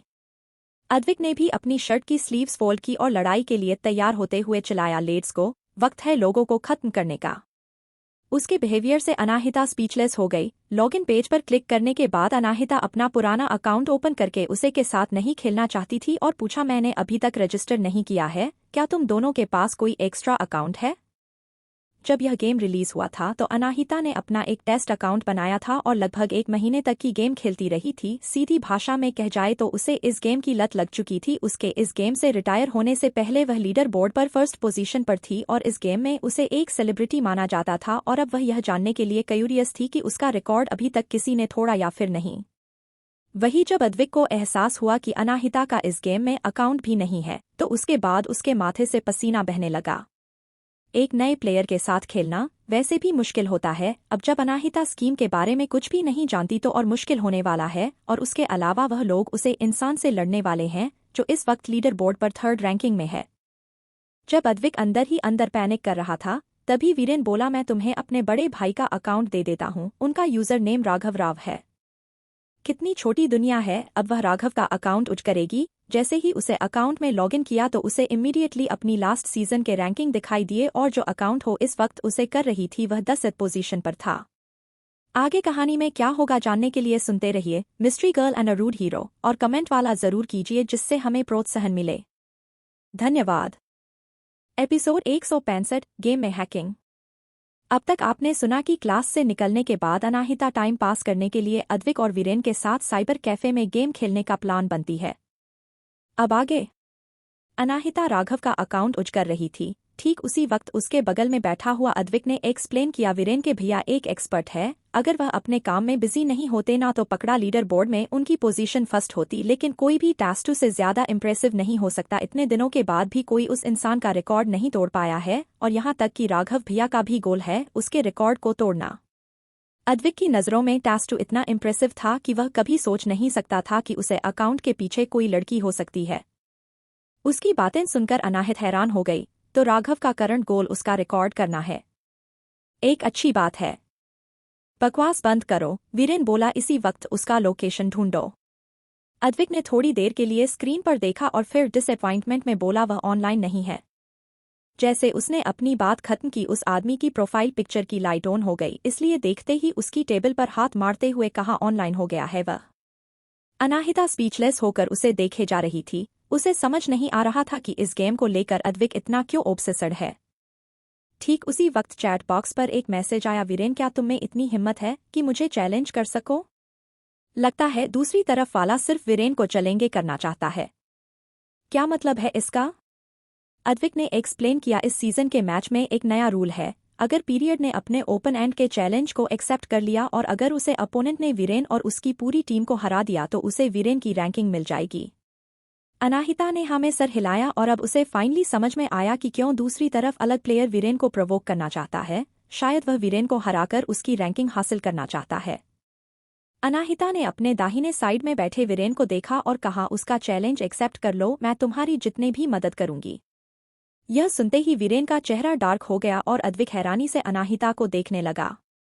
सच यह था कि यह वीरेन ने किसी भी कीमत पर यह चैलेंज एक्सेप्ट करने का सोच लिया था। वह इस सीजन का सबसे हाई रैंक प्लेयर था और अद्विक नंबर 4 पर था, और दूसरी तरफ वाला प्लेयर जिसे यूजर नेम किंग था, उसी ने उन्हें चैलेंज किया था और वह उसको बोर्ड पर 3rd नंबर पर था। लेकिन वीरेन को इस बातों से कोई फर्क नहीं पड़ता था। आफ्टर ऑल 3rd नंबर होने से क्या फर्क पड़ता है। उसके स्कोर अभी भी वीरेन से कम थे, इसलिए वह किसी भी कीमत पर किंग का चैलेंज एक्सेप्ट करता, और उसके अलावा उसने अनाहिता की बातों को सीरियसली नहीं लिया। बिना कुछ कहे उसने बटन प्रेस किया और चैलेंज एक्सेप्ट कर लिया।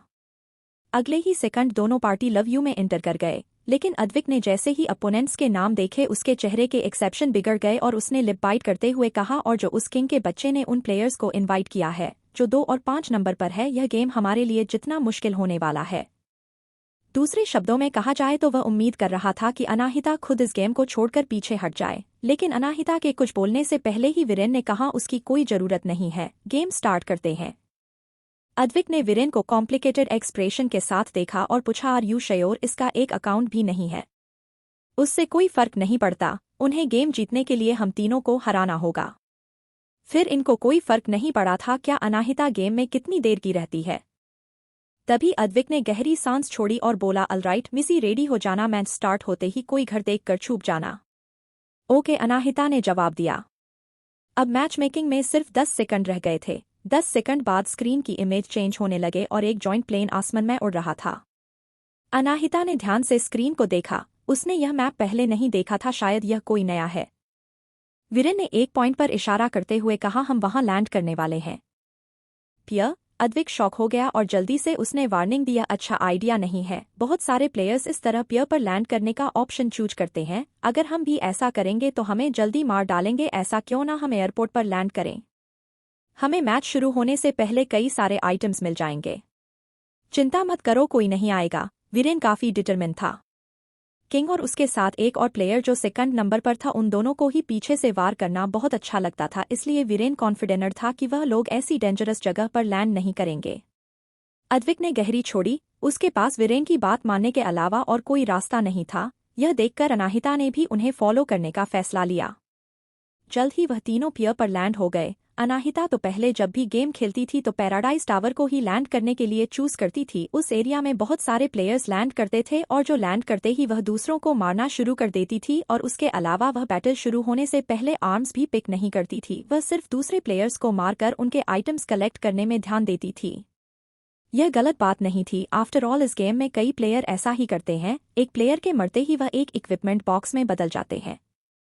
अनाहिता लॉस्ट सिटी में जो पर लाइन करें, अद्विक ने ऑलरेडी 2 प्लेयर्स को मार दिया था जब तक वह लैंड कर चुकी।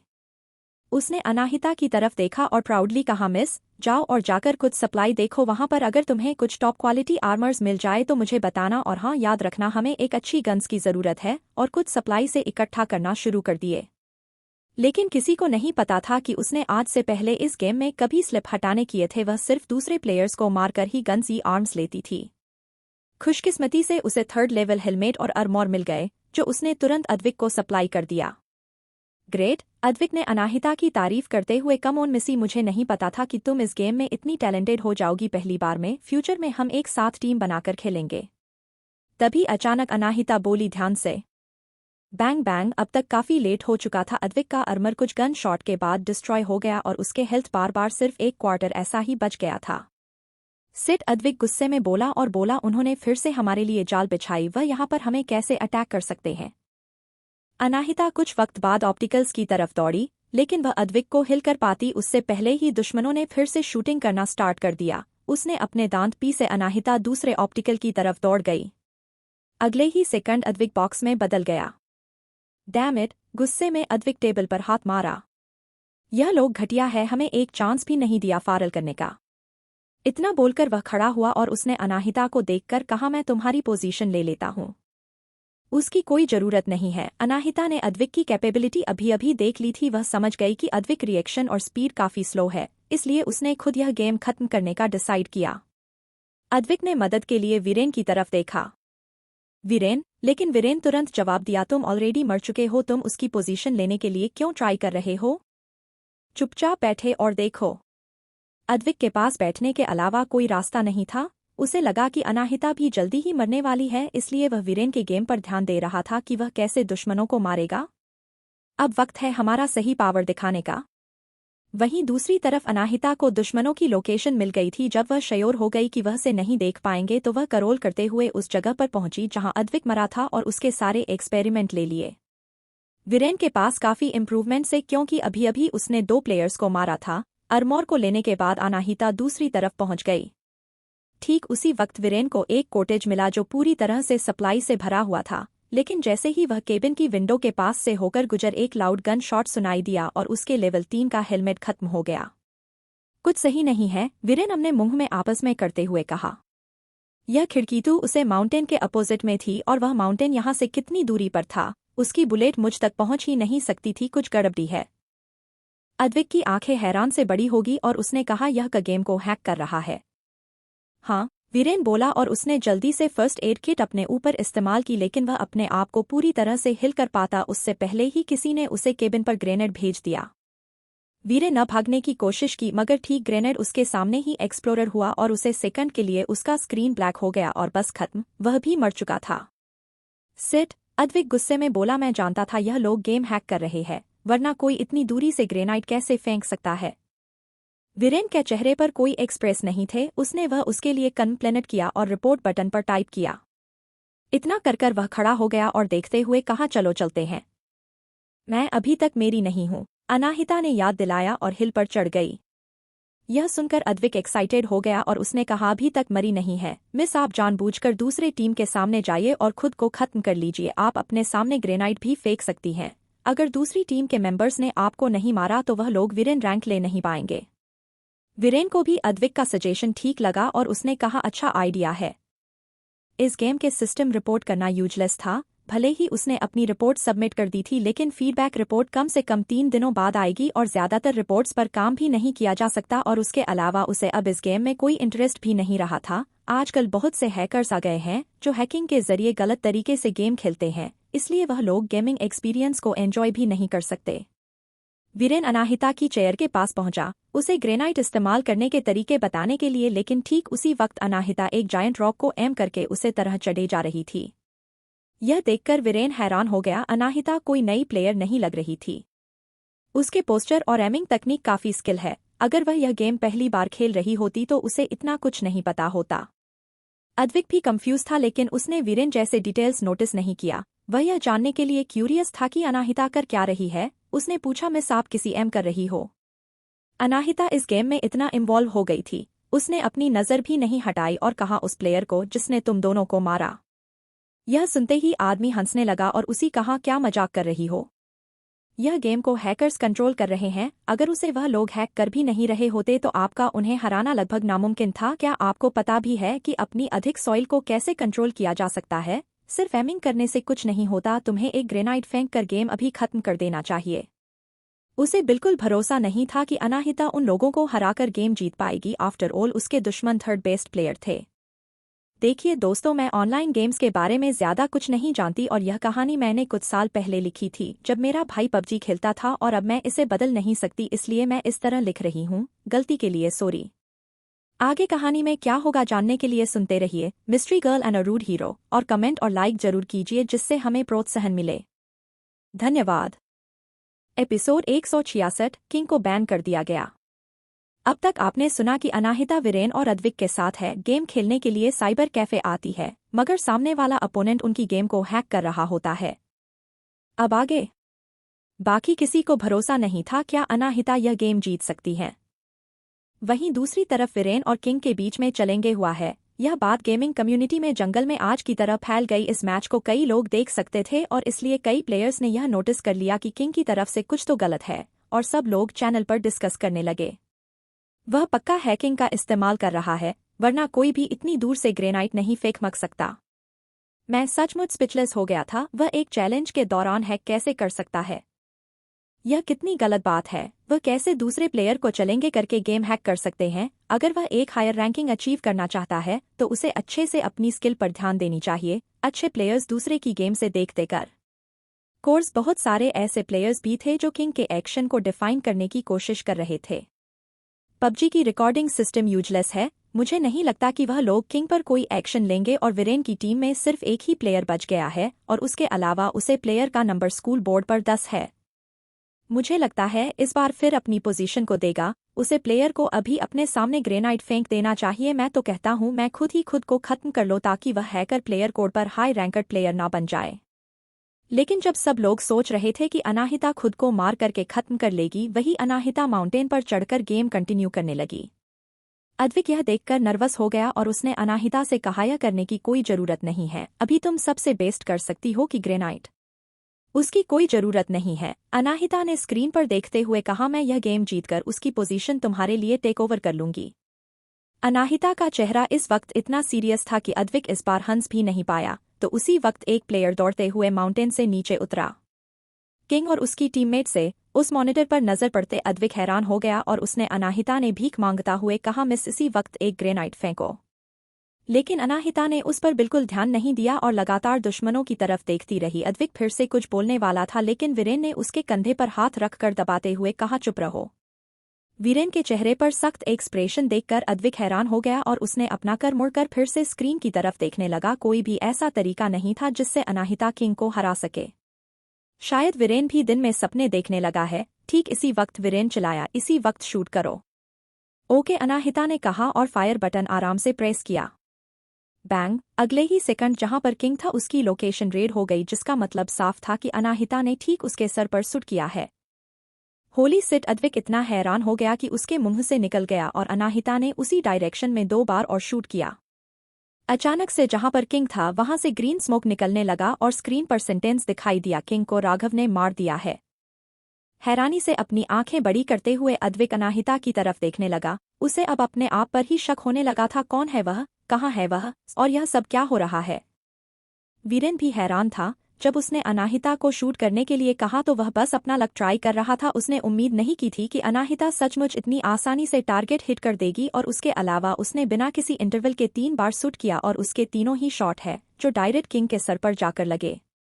लेकिन वह अद्विक के जितना हैरान नहीं था। ठीक उसी वक्त अनाहिता चुपके दौड़ते हुए कहा, अभी भी 2 और प्लेयर है, एक इस माउंटेन पर है लेकिन मुझे नहीं पता दूसरा वाला कहाँ है। मैं पहले उसे माउंटेन पर जो आदमी है उसे खत्म करती हूँ। वीरेन ने कुछ बोलने के लिए अपना मुंह खोला लेकिन वह कुछ बोल नहीं पाया। ठीक उसी वक्त अद्विक अपने होश में आया और एक्साइटेड होकर चिल्लाया, मार डालो उन सारे बेवकूफ हैकर्स को, आप कर सकती हो बॉस। वह अनाहिता को इस गेम में एक नए लीडर के तौर पर देखने लगा था। वह एक प्रोफेशनल प्लेयर बन सकती है, लेकिन अभी भी मन में यह बात थी कि कहीं वह अनाहिता की कैपेबिलिटी को ओवरएस्टिमेट नहीं कर रहा था। कहीं ऐसा तो नहीं कि किंग अपनी नेगलेस की वजह से मारा गया हो। लेकिन अनाहिता ने उसे गलत साबित नहीं किया। वह आगे माउंटेन पर चढ़ने लगी। जैसे ही वह वहां पहुंची जहां और प्लेयर्स थे तो एक गन बैटल शुरू हो गई। भले ही उनके दुश्मन पहले से तैयार थे, मगर उनकी एक्यूरेसी और रिएक्शन स्पीड और अनाहिता जितने अच्छे नहीं थे, इसलिए अनाहिता हेडशॉट के साथ उन्हें मारे जा रही थी। उस प्लेयर के इक्विपमेंट लेने के बाद माउंटेन से करोल करते हुए नीचे पहुंची अपने आखिरी दुश्मन को ढूंढने के लिए। लेकिन किंग की टीम के आखिरी प्लेयर ने अपने सारे साथी प्लेयर्स के मारे जाने पर छुपाने का फैसला किया। अनाहिता भी उसे ढूंढने के लिए कोई जल्दी नहीं कर रही थी। उसके अलावा वह आसपास जो भी लोग दिख रहे थे उन्हें मरने लगी। जैसे ही जून क्लोज हुआ और एक स्मॉल सर्कल बचा, अनाहिता ने एक लास्ट दुश्मन को भी मार दिया और गेम जीत गई। जब वीरेन ने चैलेंज एक्सेप्ट किया था तो उसकी पूरी टीम भी उसमें इन्वॉल्व थी, इसलिए गेम खत्म होते ही किंग के प्लेयर्स के तीनों मेंबर्स को मारने की वजह से अनाहिता स्कोर बोर्ड पर सेकंड नंबर पर पहुंच गई और वीरेन के एक्सप्रेशन हैरानी से शोक में बदल चुके थे। क्या अनाहिता ने सचमुच सबको मार दिया? ऐसा कैसे हो सकता है? उसे ने जो देखा था उसे पर उसे भरोसा नहीं हो रहा था।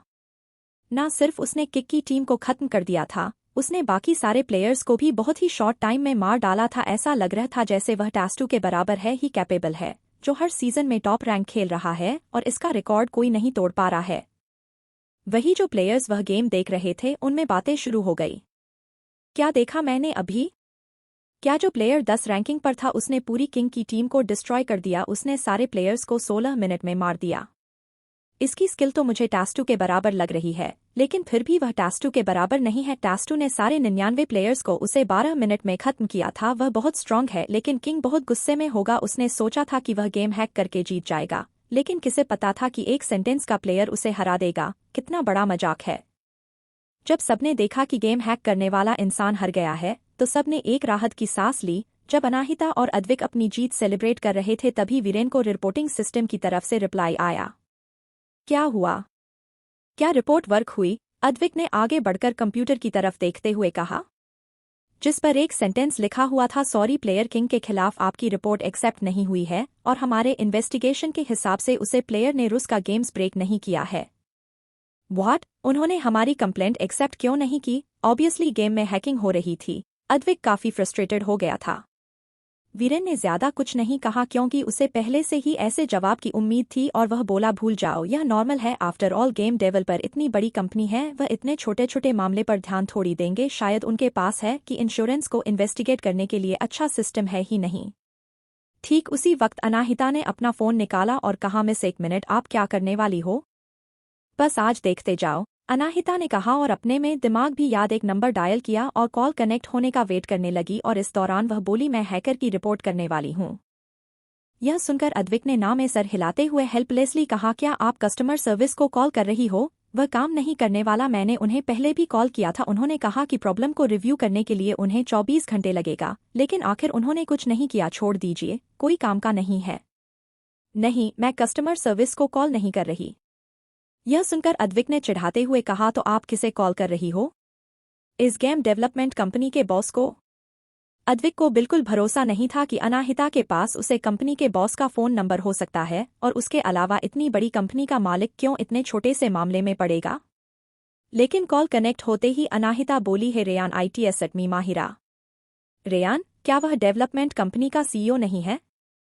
तभी फोन पर अनाहिता ने कहा, क्या तुम मेरी काम में मदद कर सकते हो? तुम्हारी गेम में किंग नाम का प्लेयर है जिसने गेम को हैक किया था तकरीबन दोपहर के 4 इंडियन टाइम।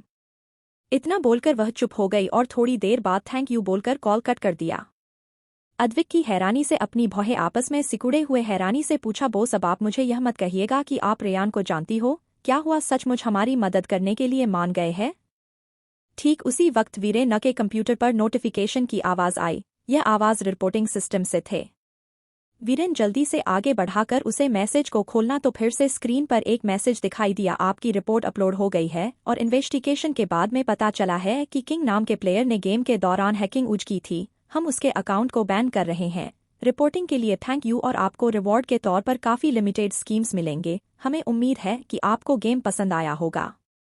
अद्विक ने भी वह मैसेज देखा और जल्दी से वीरेन के स्क्रीन चेक करने के लिए कहा। वीरेन भी जल्दी से इन्वेंटरी पर क्लिक किया तो उसे पता चला कि सिस्टम ने जो स्कीम भेजी थी वह काफी एपिक गेट की थी और वह काफी कूल दिख रहे थे और उसे कुछ स्पेशल इफेक्ट भी मिले थे। ओ माय गॉड, अद्विक काफी जेलस था। आफ्टर ऑल इस पूरी स्क्रीन की कास्ट 3000 रुपए से ऊपर थी और यह 3000 रुपए देकर खरीदने का मौका भी लकी ड्रैकेट जरिए ही मिलता था और बोलने की जरूरत तकरीबन 50 प्लेयर्स के बीच में होता था और इस लकी ड्रा में जितने भी पैसे मिलते थे उसे कई गुना ज्यादा उन्हें बेनिफिट मिले थे। यह काफी बड़ी बात थी। अद्विक को इतनी जलन होने लगी तो उसने पीछे मुड़कर अनाहिता से बोलना शुरू कर दिया, बोस मैंने आप पर एक सेकंड के लिए भी डाउट नहीं किया था। क्या आप अपने दोस्त से कहकर मुझे भी कुछ भी गिफ्ट भिजवा सकती हो? श्योर, अनाहिता ने हाँ में सर हिलाया और फिर कुछ सेकंड लेकर एक मैसेज भेज दिया।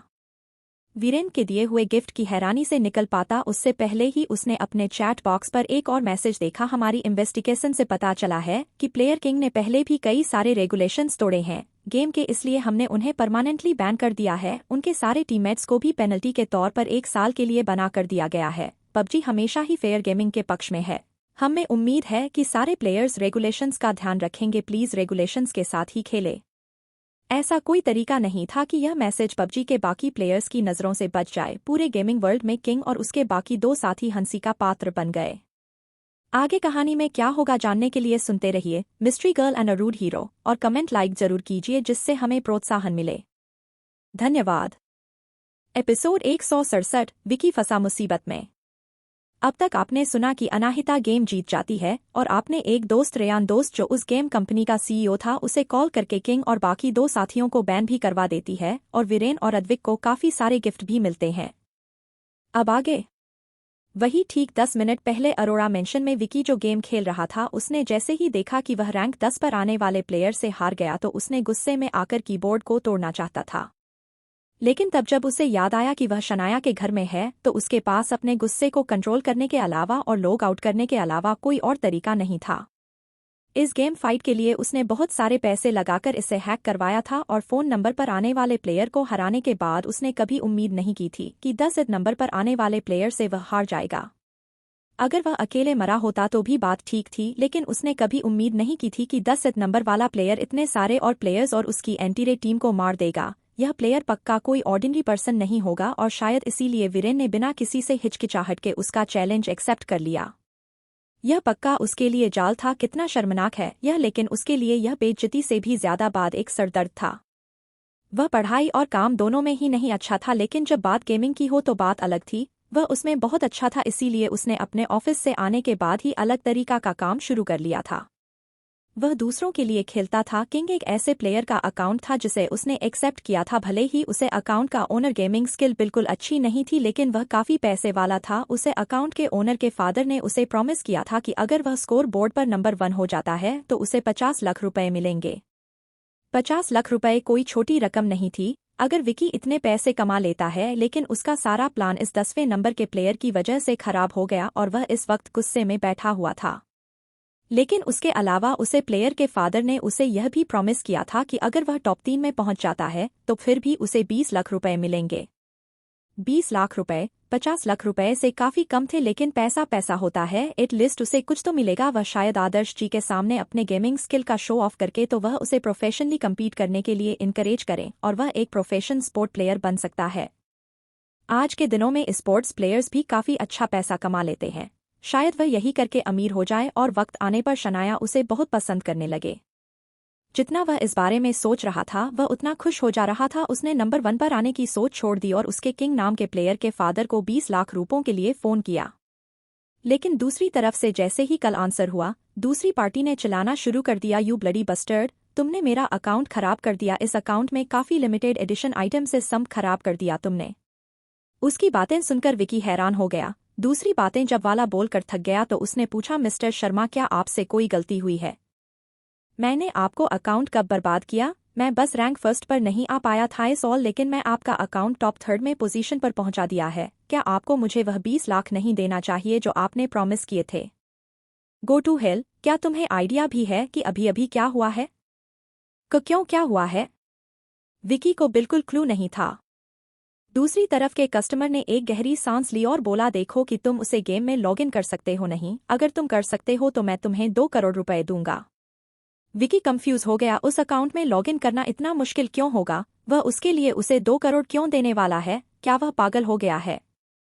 किससे फर्क पड़ता है वह पागल हुआ है या नहीं? अगर उसे अकाउंट में लॉगिन करने पर 2 करोड़ मिलेंगे तो क्यों नहीं? कोई बेवकूफ ऐसा ऑफर रिजेक्ट करेगा।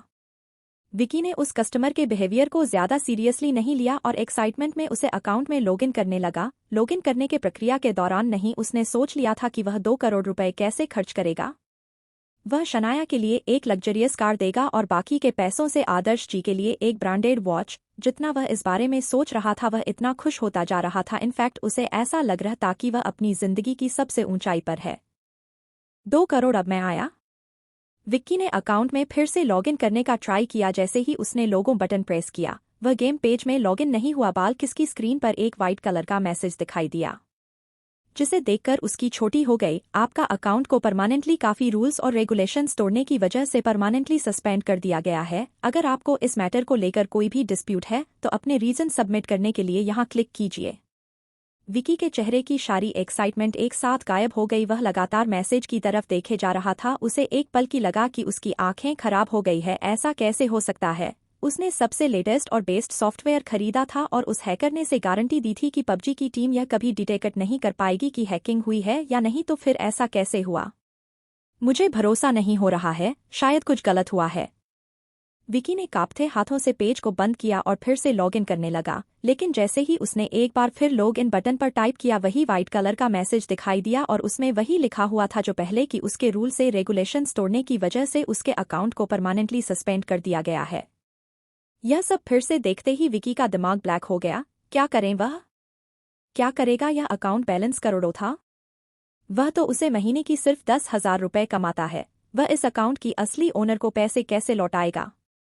उसके माथे से ठंडा पसीना बहाने लगा। ठीक उसी वक्त फिर से अकाउंट के ओनर का फोन आया और उसने चलते हुए कहा, दिखाई दिया तुम्हें? मेरा इतना अच्छा अकाउंट सिर्फ तुम्हारे वजह से सस्पेंड हो गया है। मैं तुम्हारे इस हरकत के लिए कंपनसेशन चाहिए, वरना मैं तुम्हें कोर्ट में देख लूंगा।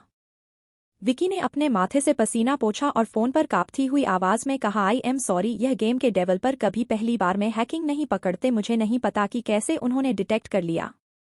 मिस्टर शर्मा प्लीज मुझे और थोड़ा टाइम दिए कि मैं कसम खाता हूं कि मैं एक नया अकाउंट बनाकर इस सीजन के एंड तक हाई रैंक प्लेयर बन जाऊंगा।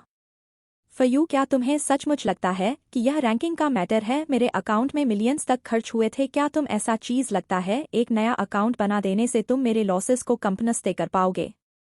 घबराहट में विकी ने थूक निगलते हुए पूछा, तो फिर मैं कैसे फिक्स करूं? कैसे? मनी ऑफ कोर्स, 2 करोड़ एक पैसा भी काम नहीं। 2 करोड़? विकी ने कांपती हुई जवाब दिया, मैं बस एक आम आदमी हूँ, मैं 2 करोड़ रुपए कैसे दे पाऊंगा? यह तुम्हारी प्रॉब्लम है, मेरी नहीं। अगर आधी रात तक मेरे अकाउंट में वह पैसे नहीं आए तो मैं तुम्हें कोर्ट में मिलूंगा। विकी को जवाब देने का कोई मौका दिया बगैर दूसरी तरफ से कॉल कट हो गया। विक्की धम से चेयर पर गिर गया। अब उसे अपने किए पर ही पछतावा हो रहा था कि क्यों उसने पैसों के लालच में आकर सबसे हाई रन प्लेयर पर चैलेंज किया और सिर्फ 30 लाख के लिए। वह हाई रैंक थर्ड प्लेयर तक अपनी हार्ड वर्क की वजह से हो जाता। इस मैच से पहले उसने कभी हैकर अकाउंट को इस्तेमाल नहीं किया था, लेकिन अब रिग्रेट करने के लिए बहुत देर हो चुकी थी। थोड़ी देर तक ब्लैंकली वहीं बैठने के बाद अचानक विकी को उसे कंपनी की याद आई जिसकी मदद से उसने हैकिंग की थी। हाँ, वह उन्हें कांटेक्ट करके उनसे 2 करोड़ के डैमेज के पैसे ले सकता है। उसके मन में फिर से एक उम्मीद जगी और उसने जल्दी से उसे कंपनी का नंबर डायल किया। लेकिन दूसरी तरफ से कोई कॉल नहीं उठा रहा था। वह कॉल कट करने वाला था तभी कॉल किसी ने पिक कर लिया। हेलो। दूसरी तरफ से एक भारी आवाज आई तो विकी ने कहा, जो तुमने हैकिंग की थी उसे किसी ने पकड़ लिया है और उन्होंने हमेशा के लिए मेरा अकाउंट बंद कर दिया है। मुझे कंपनसेशन चाहिए। तुम्हें कंपनसेशन चाहिए? हम अभी ही तुम्हारे पास आने वाले थे कंपनसेशन के लिए। विकी ने अपनी भंगें आपस में सिकुड़ गई। उसने कंफ्यूजन में पूछा, क्या मतलब है तुम्हारा? क्या मतलब है हमारा? दूसरी तरफ वाला इंसान अभी विकी से भी ज्यादा गुस्से और फ्रस्ट्रेशन में दिख रहा था। तुम्हारी इस गेम हैकिंग वाली बात पब्लिक को पता चल गई है और गेम डेवलपर ने हमें भी ढूंढ लिया है और वह लोग हमें उनके गेम को हैक करने के लिए कोर्ट में कैसे करने वाले हैं। हम करोड़ों के कर्ज में जाने वाले हैं। सिर्फ तुम्हारी वजह से हमें इतने बड़े केस में फंसना पड़ेगा। यह इम्पॉसिबल है। विक्की ने में सर हिलाकर कहा, मैं बस बाकी लोगों की तरह एक नॉर्मल गेमर हूँ। इतनी बड़ी गेम डेवलपर कंपनी पब मुझे कैसे नोटिस कर सकती है? हो सकता है कि उन लोगों की नज़र तुम्हारी कंपनी भी पर बहुत पहले से हो। तुम्हें तो मैं छोड़ूंगा नहीं। विकी ने एक गहरी सांस छोड़ी। वह आज एक पंचिंग बैग बन गया था जो उसे कोई भी आकर मरे जा रहा था। दूसरी तरफ वाले हैकर ने आगे कहा, अगर तुम्हें मेरी बातों पर भरोसा नहीं है तो क्यों ना तुम एक नए अकाउंट क्रिएट करके गेम में लॉगिन करने की कोशिश करो। छोटे से हरकत की वजह से ना गेम डेवलपर कंपनी ने इन गेम अकाउंट में बना दिया है और वह आगे होने वाली हैकिंग इंसिडेंट पर लीगल एक्शन लेने की सोच रहे हैं। तुम्हारे वजह से हमारा पूरा पैसा शुरुआत हो गया है। विक्की ने अपने ओरिजिनल अकाउंट जो उसके नाम से था उसमें लॉगिन किया तो सचमुच एक ऐसा अनाउंसमेंट हुआ था डेवलपर की तरफ से और उसे अनाउंसमेंट में उसे हैकर कंपनी का नाम भी था जिस पर वह लोग के सपोर्ट फाइल करने वाले थे। वह लोग झूठ नहीं बोल रहे थे। सचमुच गेम डेवलपर कंपनी उनके पीछे पड़ गई है। विकी को ऐसा लगा जैसे उसका दिल उसके मुंह से बाहर आ जाएगा। उसे अपनी लाइफ में इतना हेल्पलेस कभी फील नहीं हुआ था। दूसरी तरफ से उसे हैकर ने गुस्से में चिल्ते हुए कहा, 10 करोड़ कहाँ से लाओगे तुम? इतने सारे पैसे? मैं तुम्हें बता रहा हूँ, पक्का तुमने किसी इंपॉर्टेंट इंसान को ऑफेंड कर दिया है। मुझे पक्का यकीन है कि इस हाई रैंक प्लेयर जिसे चैलेंज किया था पक्का उसका डेवलपर्स के साथ कोई ना कोई कनेक्शन जरूर है, तभी वह लोग हमें इतनी बुरी तरह से फंसा कर हमारी जिंदगी बर्बाद करने पर तुले हुए हैं। सब सुनकर विक्की ने अपने माथे से ठंडा पसीना पोंछा, लेकिन अभी भी उसके माथे से पसीना बह जा रहा था। विक्की का काफी कैलकुलेटिव कैरेक्टर था। उसने इस गेम में हैकिंग करने की इसलिए सोची क्योंकि उसे लगाकर हाई रैंक प्लेयर काफी गरीब है। उसने अपनी औकात से ज्यादा निवाला खाने की सोची। आगे कहानी में क्या होगा जानने के लिए सुनते रहिए mystery girl and a rude hero और कमेंट तो लाइक जरूर कीजिए जिससे हमें प्रोत्साहन मिले। धन्यवाद। एपिसोड 168 बड़े भाई की शादी के लिए कुर्बानी। अब तक आपने सुना कि अनाहिता हैकर्स के खिलाफ अपने दोस्त रेयान से कंप्लेंट कर देती है और वह प्लेयर जिसे हैकिंग की थी वह विकी होता है और अब उसे बहुत बड़ी कीमत चुकानी पड़ रही होती है। अब आगे विकी ने अपनी औकात से ज्यादा कदम बढ़ा दिए थे, इसलिए इसका यह हाल हो गया था। कुछ सेकंड की चुप्पी के बाद दूसरी तरफ से हैकर कंपनी के एम्प्लॉय ने वार्निंग देते हुए कहा, जितने भी तुम्हारे पास पैसे हैं तुम अच्छा होगा हमें दे दो, वरना हम तुम्हारी जिंदगी जीते जी नरक कर देंगे। लेकिन विकी ने कांपती हुई आवाज में कहा, मेरे पास पैसे नहीं है।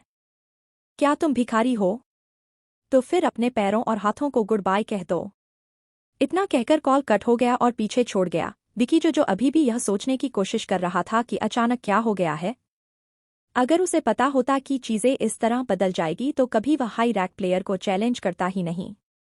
लेकिन इस वक्त पछताने का उसके पास वक्त नहीं था क्योंकि उसे पता था कि उसे कंपनसेशन के लिए पैसे इकट्ठा करना शुरू करना चाहिए। पैसे? उसने आसपास उसे लग्जरियस रूम में नजर घुमाई जिसमें वह था। उसके पास पैसे नहीं है लेकिन अरोड़ा परिवार के पास बहुत है और उसे पक्का यकीन है कि अगर वह कुछ चीज चुरा कर बेच दे तो किसी को पता भी नहीं चलेगा।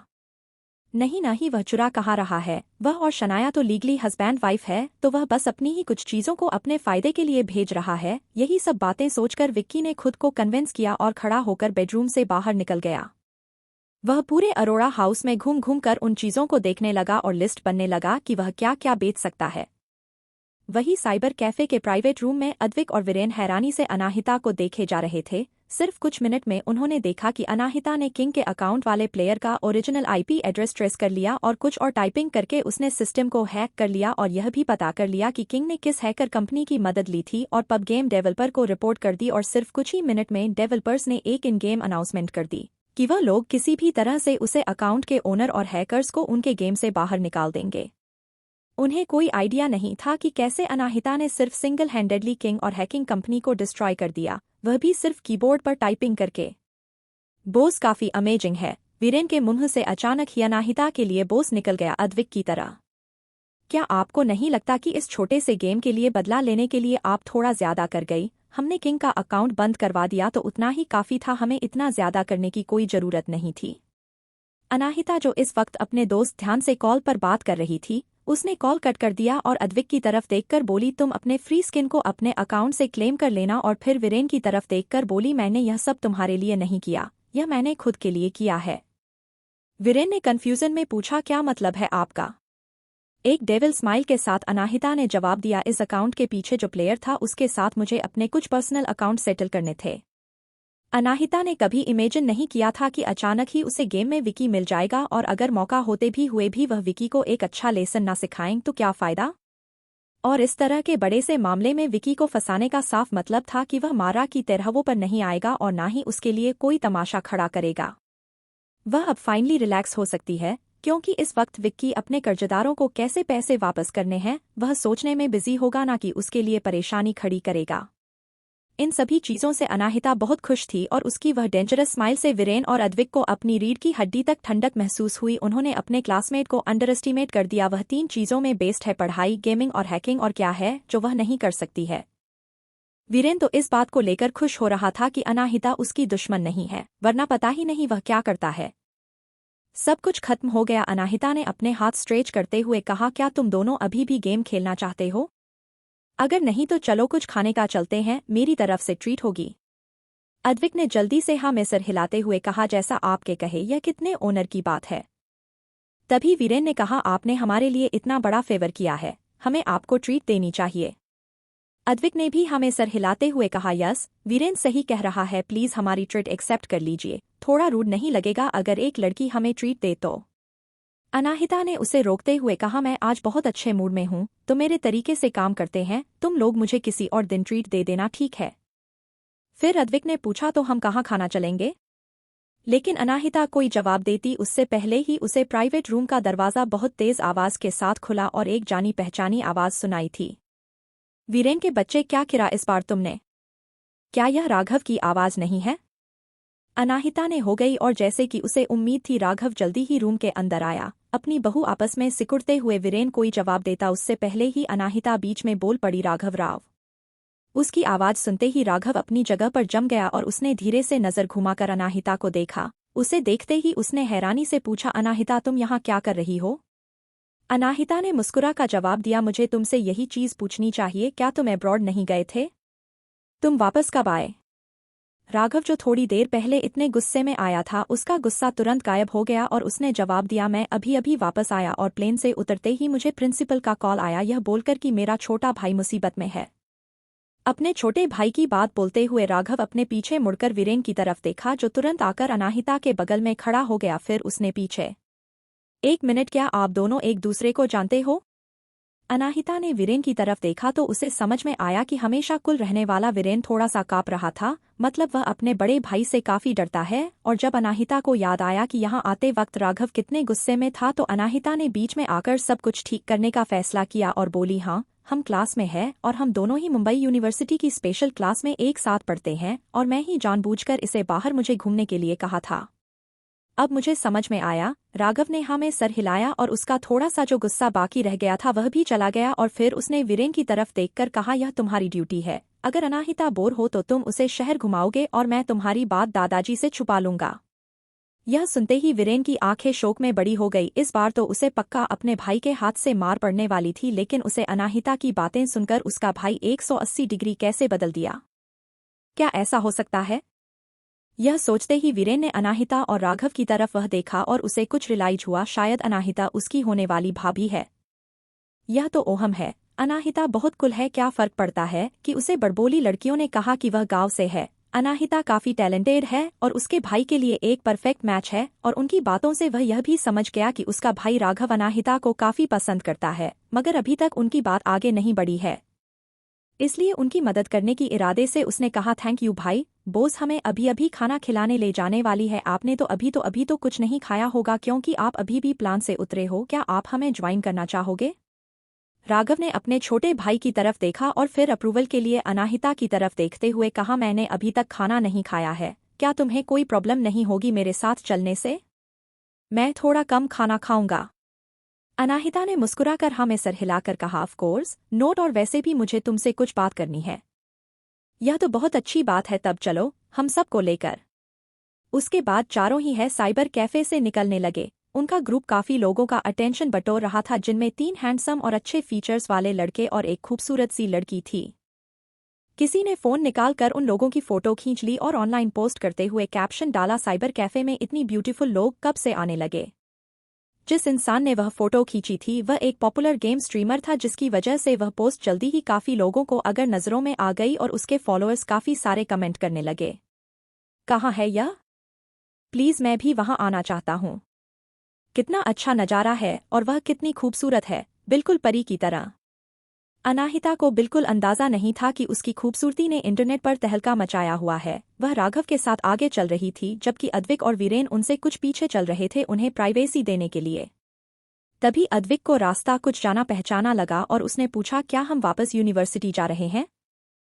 क्या बोस हमें यूनिवर्सिटी की कैफेटेरिया में खाना खिलाएंगे हैं?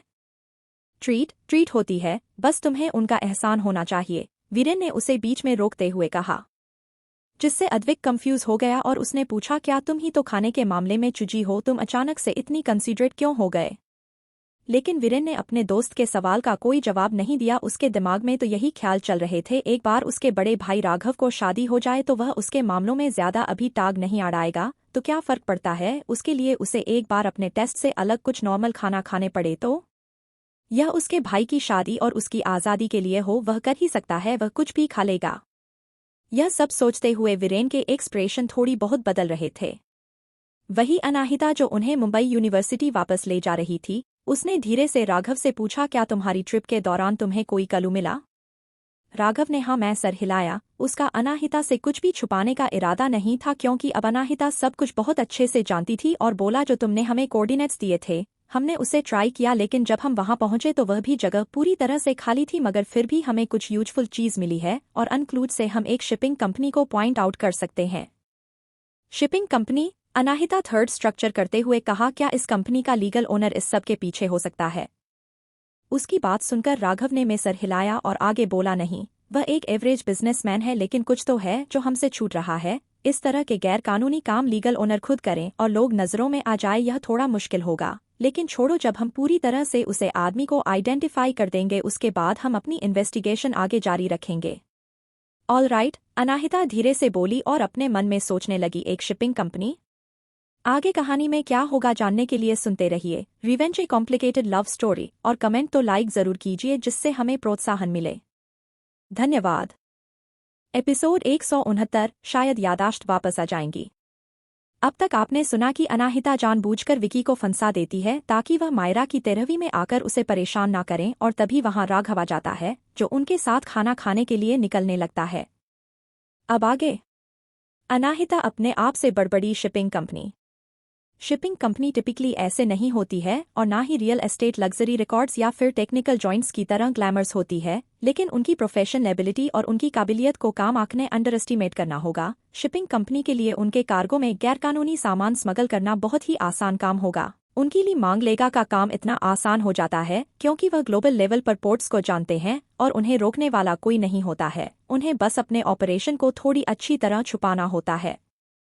अनाहिता कोल्डली बोली, बाय द वे, इंडिया में बहुत ही स्ट्रिक्टली प्राइवेट गन्स और एक्सप्लोजिव्स को सील करने पर रोक है, लेकिन मेरी तरफ देखो, मैंने 2 एक्सप्लोजन्स ऑलरेडी सामना कर लिया है। वह लोग पक्का वह सारी चीज शिपिंग कार्गो के अंदर ही इंडिया में स्मॉल करते होंगे। उसके अंदाजे और उसकी बातों ने राघव को कुछ याद दिलाया और उसने एक बार अपने हाथों को क्लैप करते हुए कहा, मेरा एक दोस्त कस्टम में ऑफिसर है, मैं उससे कुछ मदद ले सकता हूं ताकि उस कंपनी के कार्गो को चेक कर सकूं।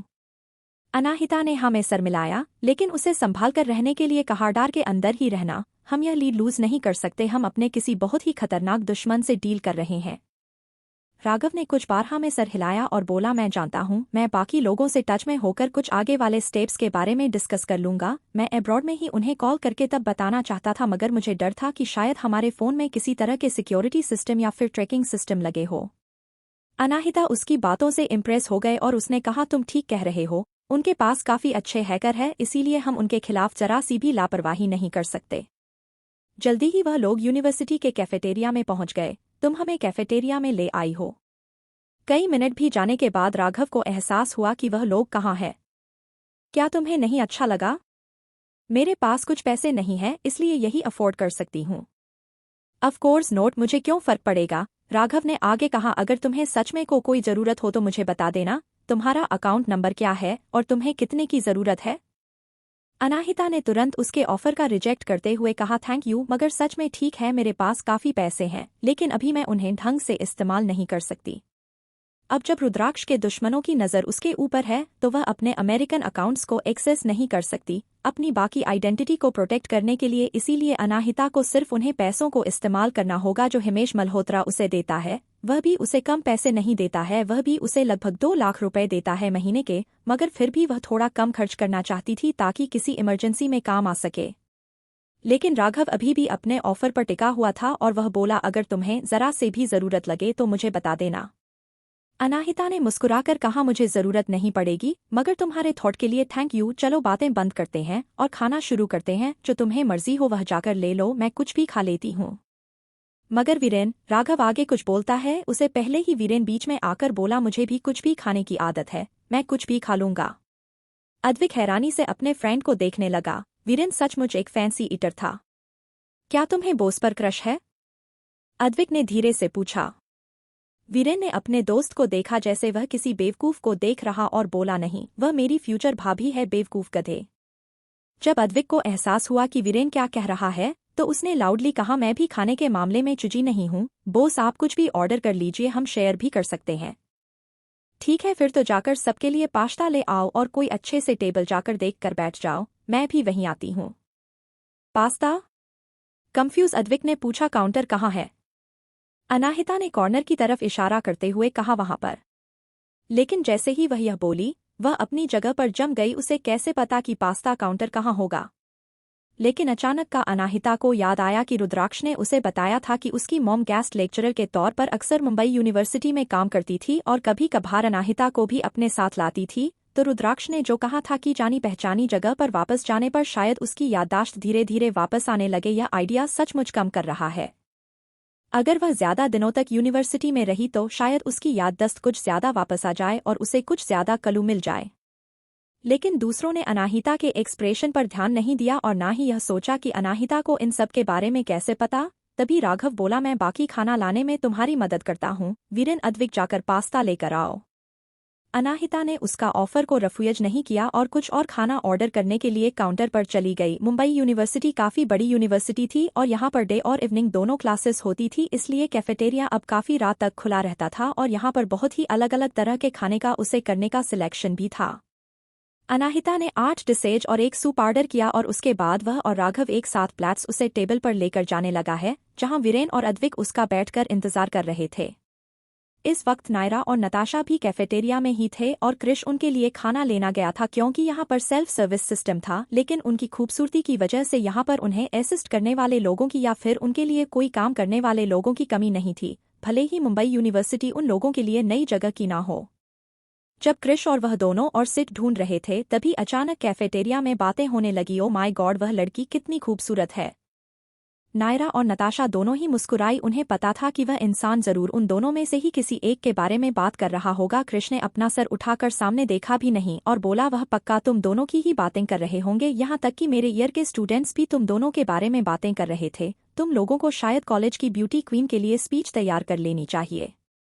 उसकी यह बात सुनकर नायरा के चेहरे पर एरोगेंट लोक आ गया। वहीं नताशा ने प्यार से अपनी बाल की एक लट को कान के पीछे करते हुए शर्मा कर कहा, कृष तुम हम दोनों को शर्मिंदा कर रहे हो। यह कैंपस खूबसूरत लड़कियों से भरा हुआ है, वह लोग हमारे बारे में बात नहीं कर रहे होंगे। वह अपनी बातों से सिंसियर देखना चाहती थी, जबकि वह अंदर ही अंदर कॉन्फिडेंट थी कि वह स्टूडेंट जरूर उसके बारे में ही बात कर रहा होगा। नायरा सुंदर थी हाँ, मगर वह एवरेज थी और उससे उसका कोई मुकाबला नहीं था। यह इम्पॉसिबल है, मैं श्योर हूं कि वह तुम्हारे बारे में ही बात कर रहे होंगे। कृष ने फाइनली अपना सर उठाया और जहां बात हो रही थी उसे तरफ देखने लगा और नायरा और नताशा भी क्यूरियोसिटी चलते इस डायरेक्शन में देखने लगे। लेकिन उनके लिए हैरानी की बात यह थी कि वह स्टूडेंट उनके बारे में बिल्कुल बात नहीं कर रहे थे, ऑनलाइन की तरफ देख रहे थे। परी कहना उसकी खूबसूरती की बेइज्जती होगी, वह तो परियों से भी ज्यादा खूबसूरत है। यह सब सुनकर दोनों लड़कियों के एक्सप्रेशन काफी डार्क हो गए, क्योंकि उन्हें समझ में आ गया था कि उनकी खूबसूरती की तारीफ नहीं की जा रही है। कृष भी उन दोनों की नाखुशी समझ गया और उसने उन्हें खुश करने के लिए कहा, शायद उन लोगों ने तुम्हें अब तक देखा नहीं होगा। लेकिन नायरा और नताशा ने पूरी तरह से उसकी बातों को इग्नोर किया और उसे लड़की को देखने लगे। इसके बारे में बात करना था कि वह कौन है। लड़की भीड़ के बीच में से होकर निकल रही थी, जिसकी वजह से सिर्फ उसका साइड प्रोफाइल देख रहा था, लेकिन फिर भी इतना काफी था नायरा और नताशा को उसके लिए पहचान के लिए। ऑफ कोर्स अनाहित के अलावा और वह कौन हो सकता है। नताशा ने गुस्से में अपने दांत पीस लिए। फिर से अनाहिता, वह हमेशा उसकी बेइज्जती करने के लिए पहुंच जाती है। क्लास में लाइमलाइट छिनना काफी नहीं था, जो अब वह कैफेटेरिया में भी उसे कंपटीशन करने आ गई। लेकिन अगले ही पल नायरा ने जैसे ही अनाहिता के बगल में चल रहे इंसान को देखा, उसकी आंखों में चमक आ गई। वह राघव है ना? संभव हमेशा ही राघव के साथ घूमता है, इसलिए उसने आज से पहले राघव से 2-3 बार बात की है। उन चारों में राघव भी सबसे डिसेंट इंसान है और न सिर्फ वह पैसों से अमीर है, बल्कि उसकी फैमिली भी बहुत पावरफुल है।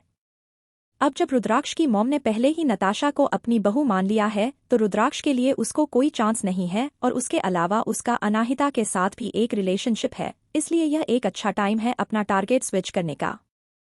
राघव रुद्राक्ष से कई ज्यादा अप्रोचेबल दिखता है। नायर ने सोचा कि राघव अच्छा भी दिखता है, वह गोरा नहीं है, लेकिन उसका गेहुआ रंग और उसके फीचर्स उसके हैंडसमनेस को बढ़ाने के लिए काफी है। अब राघव पक्का है, वह अपनी पूरी लाइफ चेस खेलने में नहीं बता सकती और उसके अलावा वह एक रायचंद है। उसके बैकग्राउंड के हिसाब से राघव की फैमिली जरूर से एक्सेप्ट कर लेगी, चाहे वह सिर्फ चेस ही खेलना क्यों ना जानती हो। जहां नायरा राव परिवार में शादी करने के सपने बना रही थी, वहीं नताशा गुस्से और जलन में कांप रही थी। कृष भी कंफ्यूज होकर नायरा और नताशा की नजरों का पीछा करने लगा। वह लड़की कितनी खूबसूरत होगी जो इन दोनों को उस जलन हो रही है। लेकिन जैसे ही उसने सामने का नजारा देखा, उसकी आंखें हैरानी और अंडरस्टैंडिंग में बड़ी हो गई। कृष ने अनाहिता को देखा, जो अभी अभी सीट पर बैठी थी। वह एक नेचुरल ब्यूटी के साथ पैदा हुई थी, जो अटेंशन और एडमिनिस्ट्रेशन डिजर्व करती है। कृष बहुत अच्छे से जानता था कि अनाहिता की खूबसूरती भीड़ होने के बावजूद भी सबकी नजरें और अटेंशन खींच सकती है। वह इस वक्त वह शब्द नहीं ढूंढ पा रहा था जिससे अनाहिता की खूबसूरती को डिफाइन किया जा सके, और ध्यान से उसके चेहरे को देख रहा था। उसकी खूबसूरत स्माइल एक आर्ट पीस की तरह थी। कृष दूर से ही बैठा अनाहिता की खूबसूरती को एडमिरे कर रहा था और उसने नायरा और नताशा को पूरी तरह से इग्नोर कर दिया था।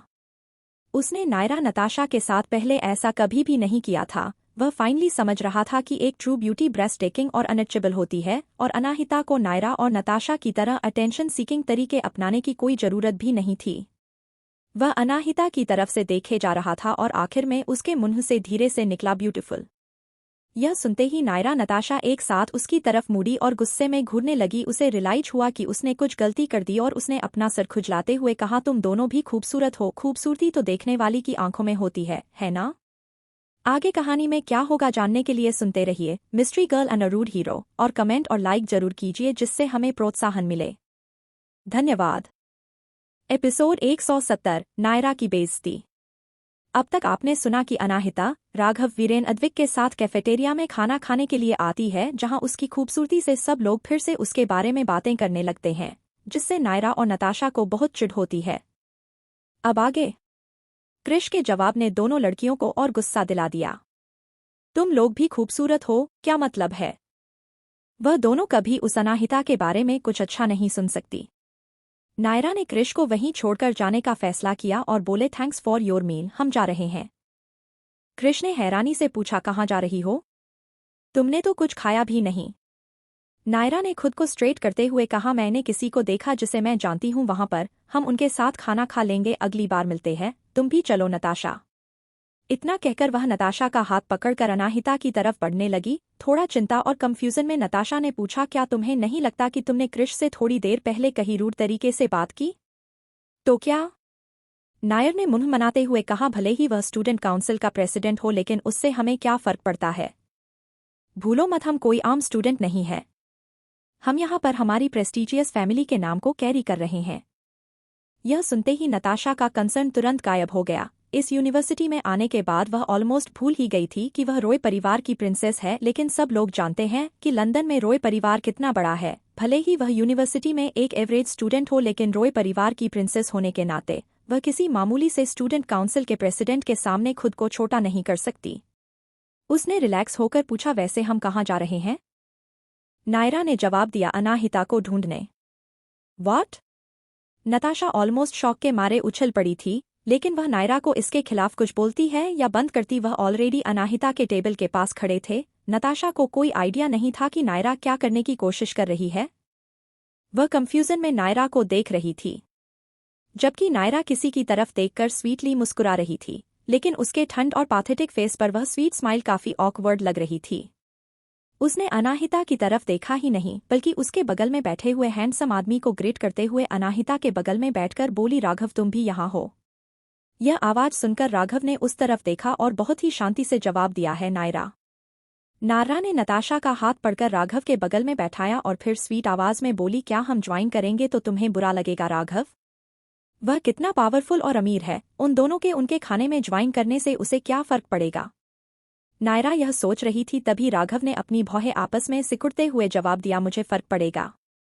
यह सुनते ही नायरा अपनी जगह पर जम गई। उसे तो एक पल के लगा कि उसने कुछ गलत सुन लिया। नताशा जो उसके बगल में बैठी हुई थी उसे भी ऑकवर्ड लगने लगा। नायरा ने एक गहरी सांस ली और एक फोर्स स्माइल के साथ पूछा, राघव तुम मजाक कर रहे हो ना? उसके ऊपर बिना किसी तरह दिखाए राघव ने जवाब दिया, बिल्कुल नहीं, मैं आज का होस्ट नहीं हूं। अगर तुम्हें हमें ज्वाइन करना है तो तुम होस्ट से पूछ सकती हो। नायरा को इस बारे में थोड़ी सी बेड फीलिंग हो रही थी, लेकिन फिर भी उसने एक जबरदस्ती की मुस्कुराहट के साथ पूछा, क्या मैं जान सकती हूँ कि आज का होस्ट कौन है? अनाहिता ने काफी न्यूट्रल एक्सप्रेशन के साथ नायरा और नताशा को देखा और कहा, मैं। तुम हो मिस मल्होत्रा? तो वेल, क्यों ना मैं भी इस खाने के लिए यह पे कर दूं? बहुत वक्त हो गया मैं राघव से नहीं मिली और काफी अच्छा रहेगा अनाहिता को करने के लिए, नायरा बोली। लेकिन यह सुनकर भी अनाहिता के चेहरे पर और एक्सप्रेशन नहीं आया और वह बोली, उसकी कोई जरूरत नहीं है, मैंने ऑलरेडी पैसे दे दिए हैं खाने के, तुम उसे अगली बार खाना खिला सकती हो और उसके अलावा मैं तुम्हें देखना नहीं चाहती, तो प्लीज लीव। अब नायरा अपने चेहरे पर वह जबरदस्ती की मुस्कुराहट नहीं ला पाई और उसने डार्क एक्सप्रेशन के साथ कहा, अनाहिता तुम्हें बिल्कुल मैनर्स नहीं है। अनाहिता ने एक आईब्रो उठाकर उसे देखा और कहा, तुम मैनर्स की बात हो रही है मिस रायचंद? तो अगर तुम मैनर्स की इतनी ही परवाह करती हो तो क्या तुम्हें मुझे देखते ही मेरे सामने घुटनों के बल बैठकर मुझे रिस्पेक्टफुली ग्रीट नहीं करना चाहिए था, अपना ग्रैंड मास्टर कहकर? यह सुनते ही नायरा का चेहरा काला पड़ गया। डैम इट, यह अनाहिता उसकी दुखती रग पर हाथ रख दिया। वह इसी वक्त वहां से गायब हो जाना चाहती थी। यह सुनकर राघव क्यूरोस हो गया और उसने पूछा, ग्रैंड मास्टर कौन? अनाहिता ने नायरा को मीनिंगफुली देखा और कहा, यह हम दोनों के बीच की बात है। मिस रायचंद समझ गई होगी कि मैं किस बारे में बात कर रही हूँ। नायरा का चेहरा गुस्से के मारे सफेद पड़ गया था। अब लगता है कि उसे फिर से मासूम होने का नाटक करने पड़ेगा ताकि वह खुद को इनोसेंट प्रूफ सके, क्योंकि उसे भी इस बात पर बिल्कुल भरोसा नहीं था कि राघव उससे ज्यादा रहता को इम्पोर्टेंस देगा। आफ्टर ऑल वह उसकी बेस्ट फ्रेंड की कजन है। यह सोचकर नायरा ने बहुत ही जोर से अपनी थाई पर पिंच किया, जिसकी वजह से उसकी आंखों से आंसू बहने लगे और उसने विक्टिम कार्ड खेलते हुए कहा, राघव तुम इसके मासूम चेहरे से धोखा मत खाना। मैं आखिरी बार चेस कंपटीशन में गई थी और मैंने एक चेस तकनीक ट्राई की जो इसने इन्वेंट की थी, मगर मैं नहीं जानती थी कि यह वह किसकी है, और उसने जानबूझकर मुझे बुरी तरह से हराया और मुझे सबके सामने बेवकूफ कहा। यह एक बहुत ही स्कीमिंग चुड़ैल है। यह बात सुनते ही राघव की भौहें आपस में सिकुड़ गई और उसकी आंखों में गुस्सा देना दिखाई देने लगा। चुड़ैल? नायरा ने भी राघव की आंखों में बढ़ता हुआ गुस्सा नोटिस कर लिया और उसे ऐसा लगा कि यह राघव उसकी चाल में फंस रहा है और वह अनाहिता से ऑलरेडी नफरत करने लगा। इसलिए उसने जानबूझकर आगे कहा, हाँ यह चुड़ैल ही है, यह काफी सारे क्लासेस स्किप कर दिया और टीचर से बहस करती रहती है और उसके अलावा उसकी प्राइवेट लाइफ भी काफी मैसी है। इसे ऑलरेडी पता है कि रुद्राक्ष की फियांसे है, मगर फिर भी वह उसके साथ रिलेशनशिप में आने के लिए चालें चलती रहती है और अब यह तुम्हारे साथ खाना भी खा रही है। आई एम श्योर तुम्हें भी अब तक इसकी और मकसद के बारे में पता चल गया होगा। क्या तुम्हें शक नहीं हुआ कि मुझे देखते ही इसने मुझे दूर भगाने के लिए, क्योंकि उसे डर था कि मैं तुम्हारे सामने इसकी असली सच्चाई ले आऊंगी। लेकिन नायरा का हैरानी तब हुई जब राघव ने अनाहिता की तरफ एक नजर देखा भी नहीं, बल्कि उसे ही गुस्से में घूरे जा रहा था। उसे ऐसा लग रहा था कि वह इसी वक्त राघव की गुस्से से जल जाएगी। वह अचानक से डर गई और पीछे सरकते हुए बोली, राघव तुम मुझे इस तरह क्यों देख रहे हो? राघव धीरे से हंसा और उसने कहा, नायरा क्योंकि तुम संभव की कजन हो तो तुम एक बार अनाहिता से रूड बिहेव करो तो मैं तुम्हें माफ भी कर सकता हूँ, लेकिन मैं नहीं चाहता कि ऐसा दोबारा हो, इसलिए तुम्हें इसी वक्त यहाँ से निकल जाना चाहिए।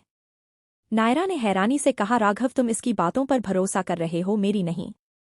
अगर यह किसी चीज के लिए गिल्टी नहीं है तो फिर मैंने कुछ किए हुए वह यह मुझसे डर कर क्यों भाग रही थी? तुम इस बारे में सोचा क्यों नहीं?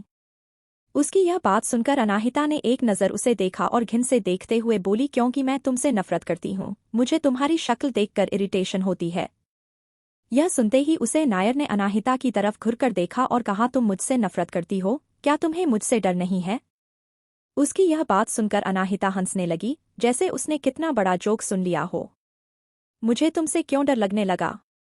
क्योंकि मैं तुम्हारा असली रंग सबके सामने ले आऊंगी, वरना तुमसे नफरत क्यों करती हो?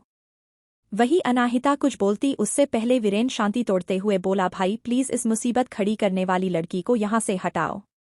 नायरा ब्लैंकली वीरेन की तरफ देखने लगी। उसने राघव के छोटे भाई के बारे में सुना था, लेकिन वीरेन ज्यादातर एब्रॉड ही रहा था, इसलिए उसने वीरेन से मुलाकात कभी नहीं हुई थी। अब वीरेन की बात सुनकर उसे समझ में आया कि यह उसकी क्लासमेट है और राघव का छोटा भाई भी।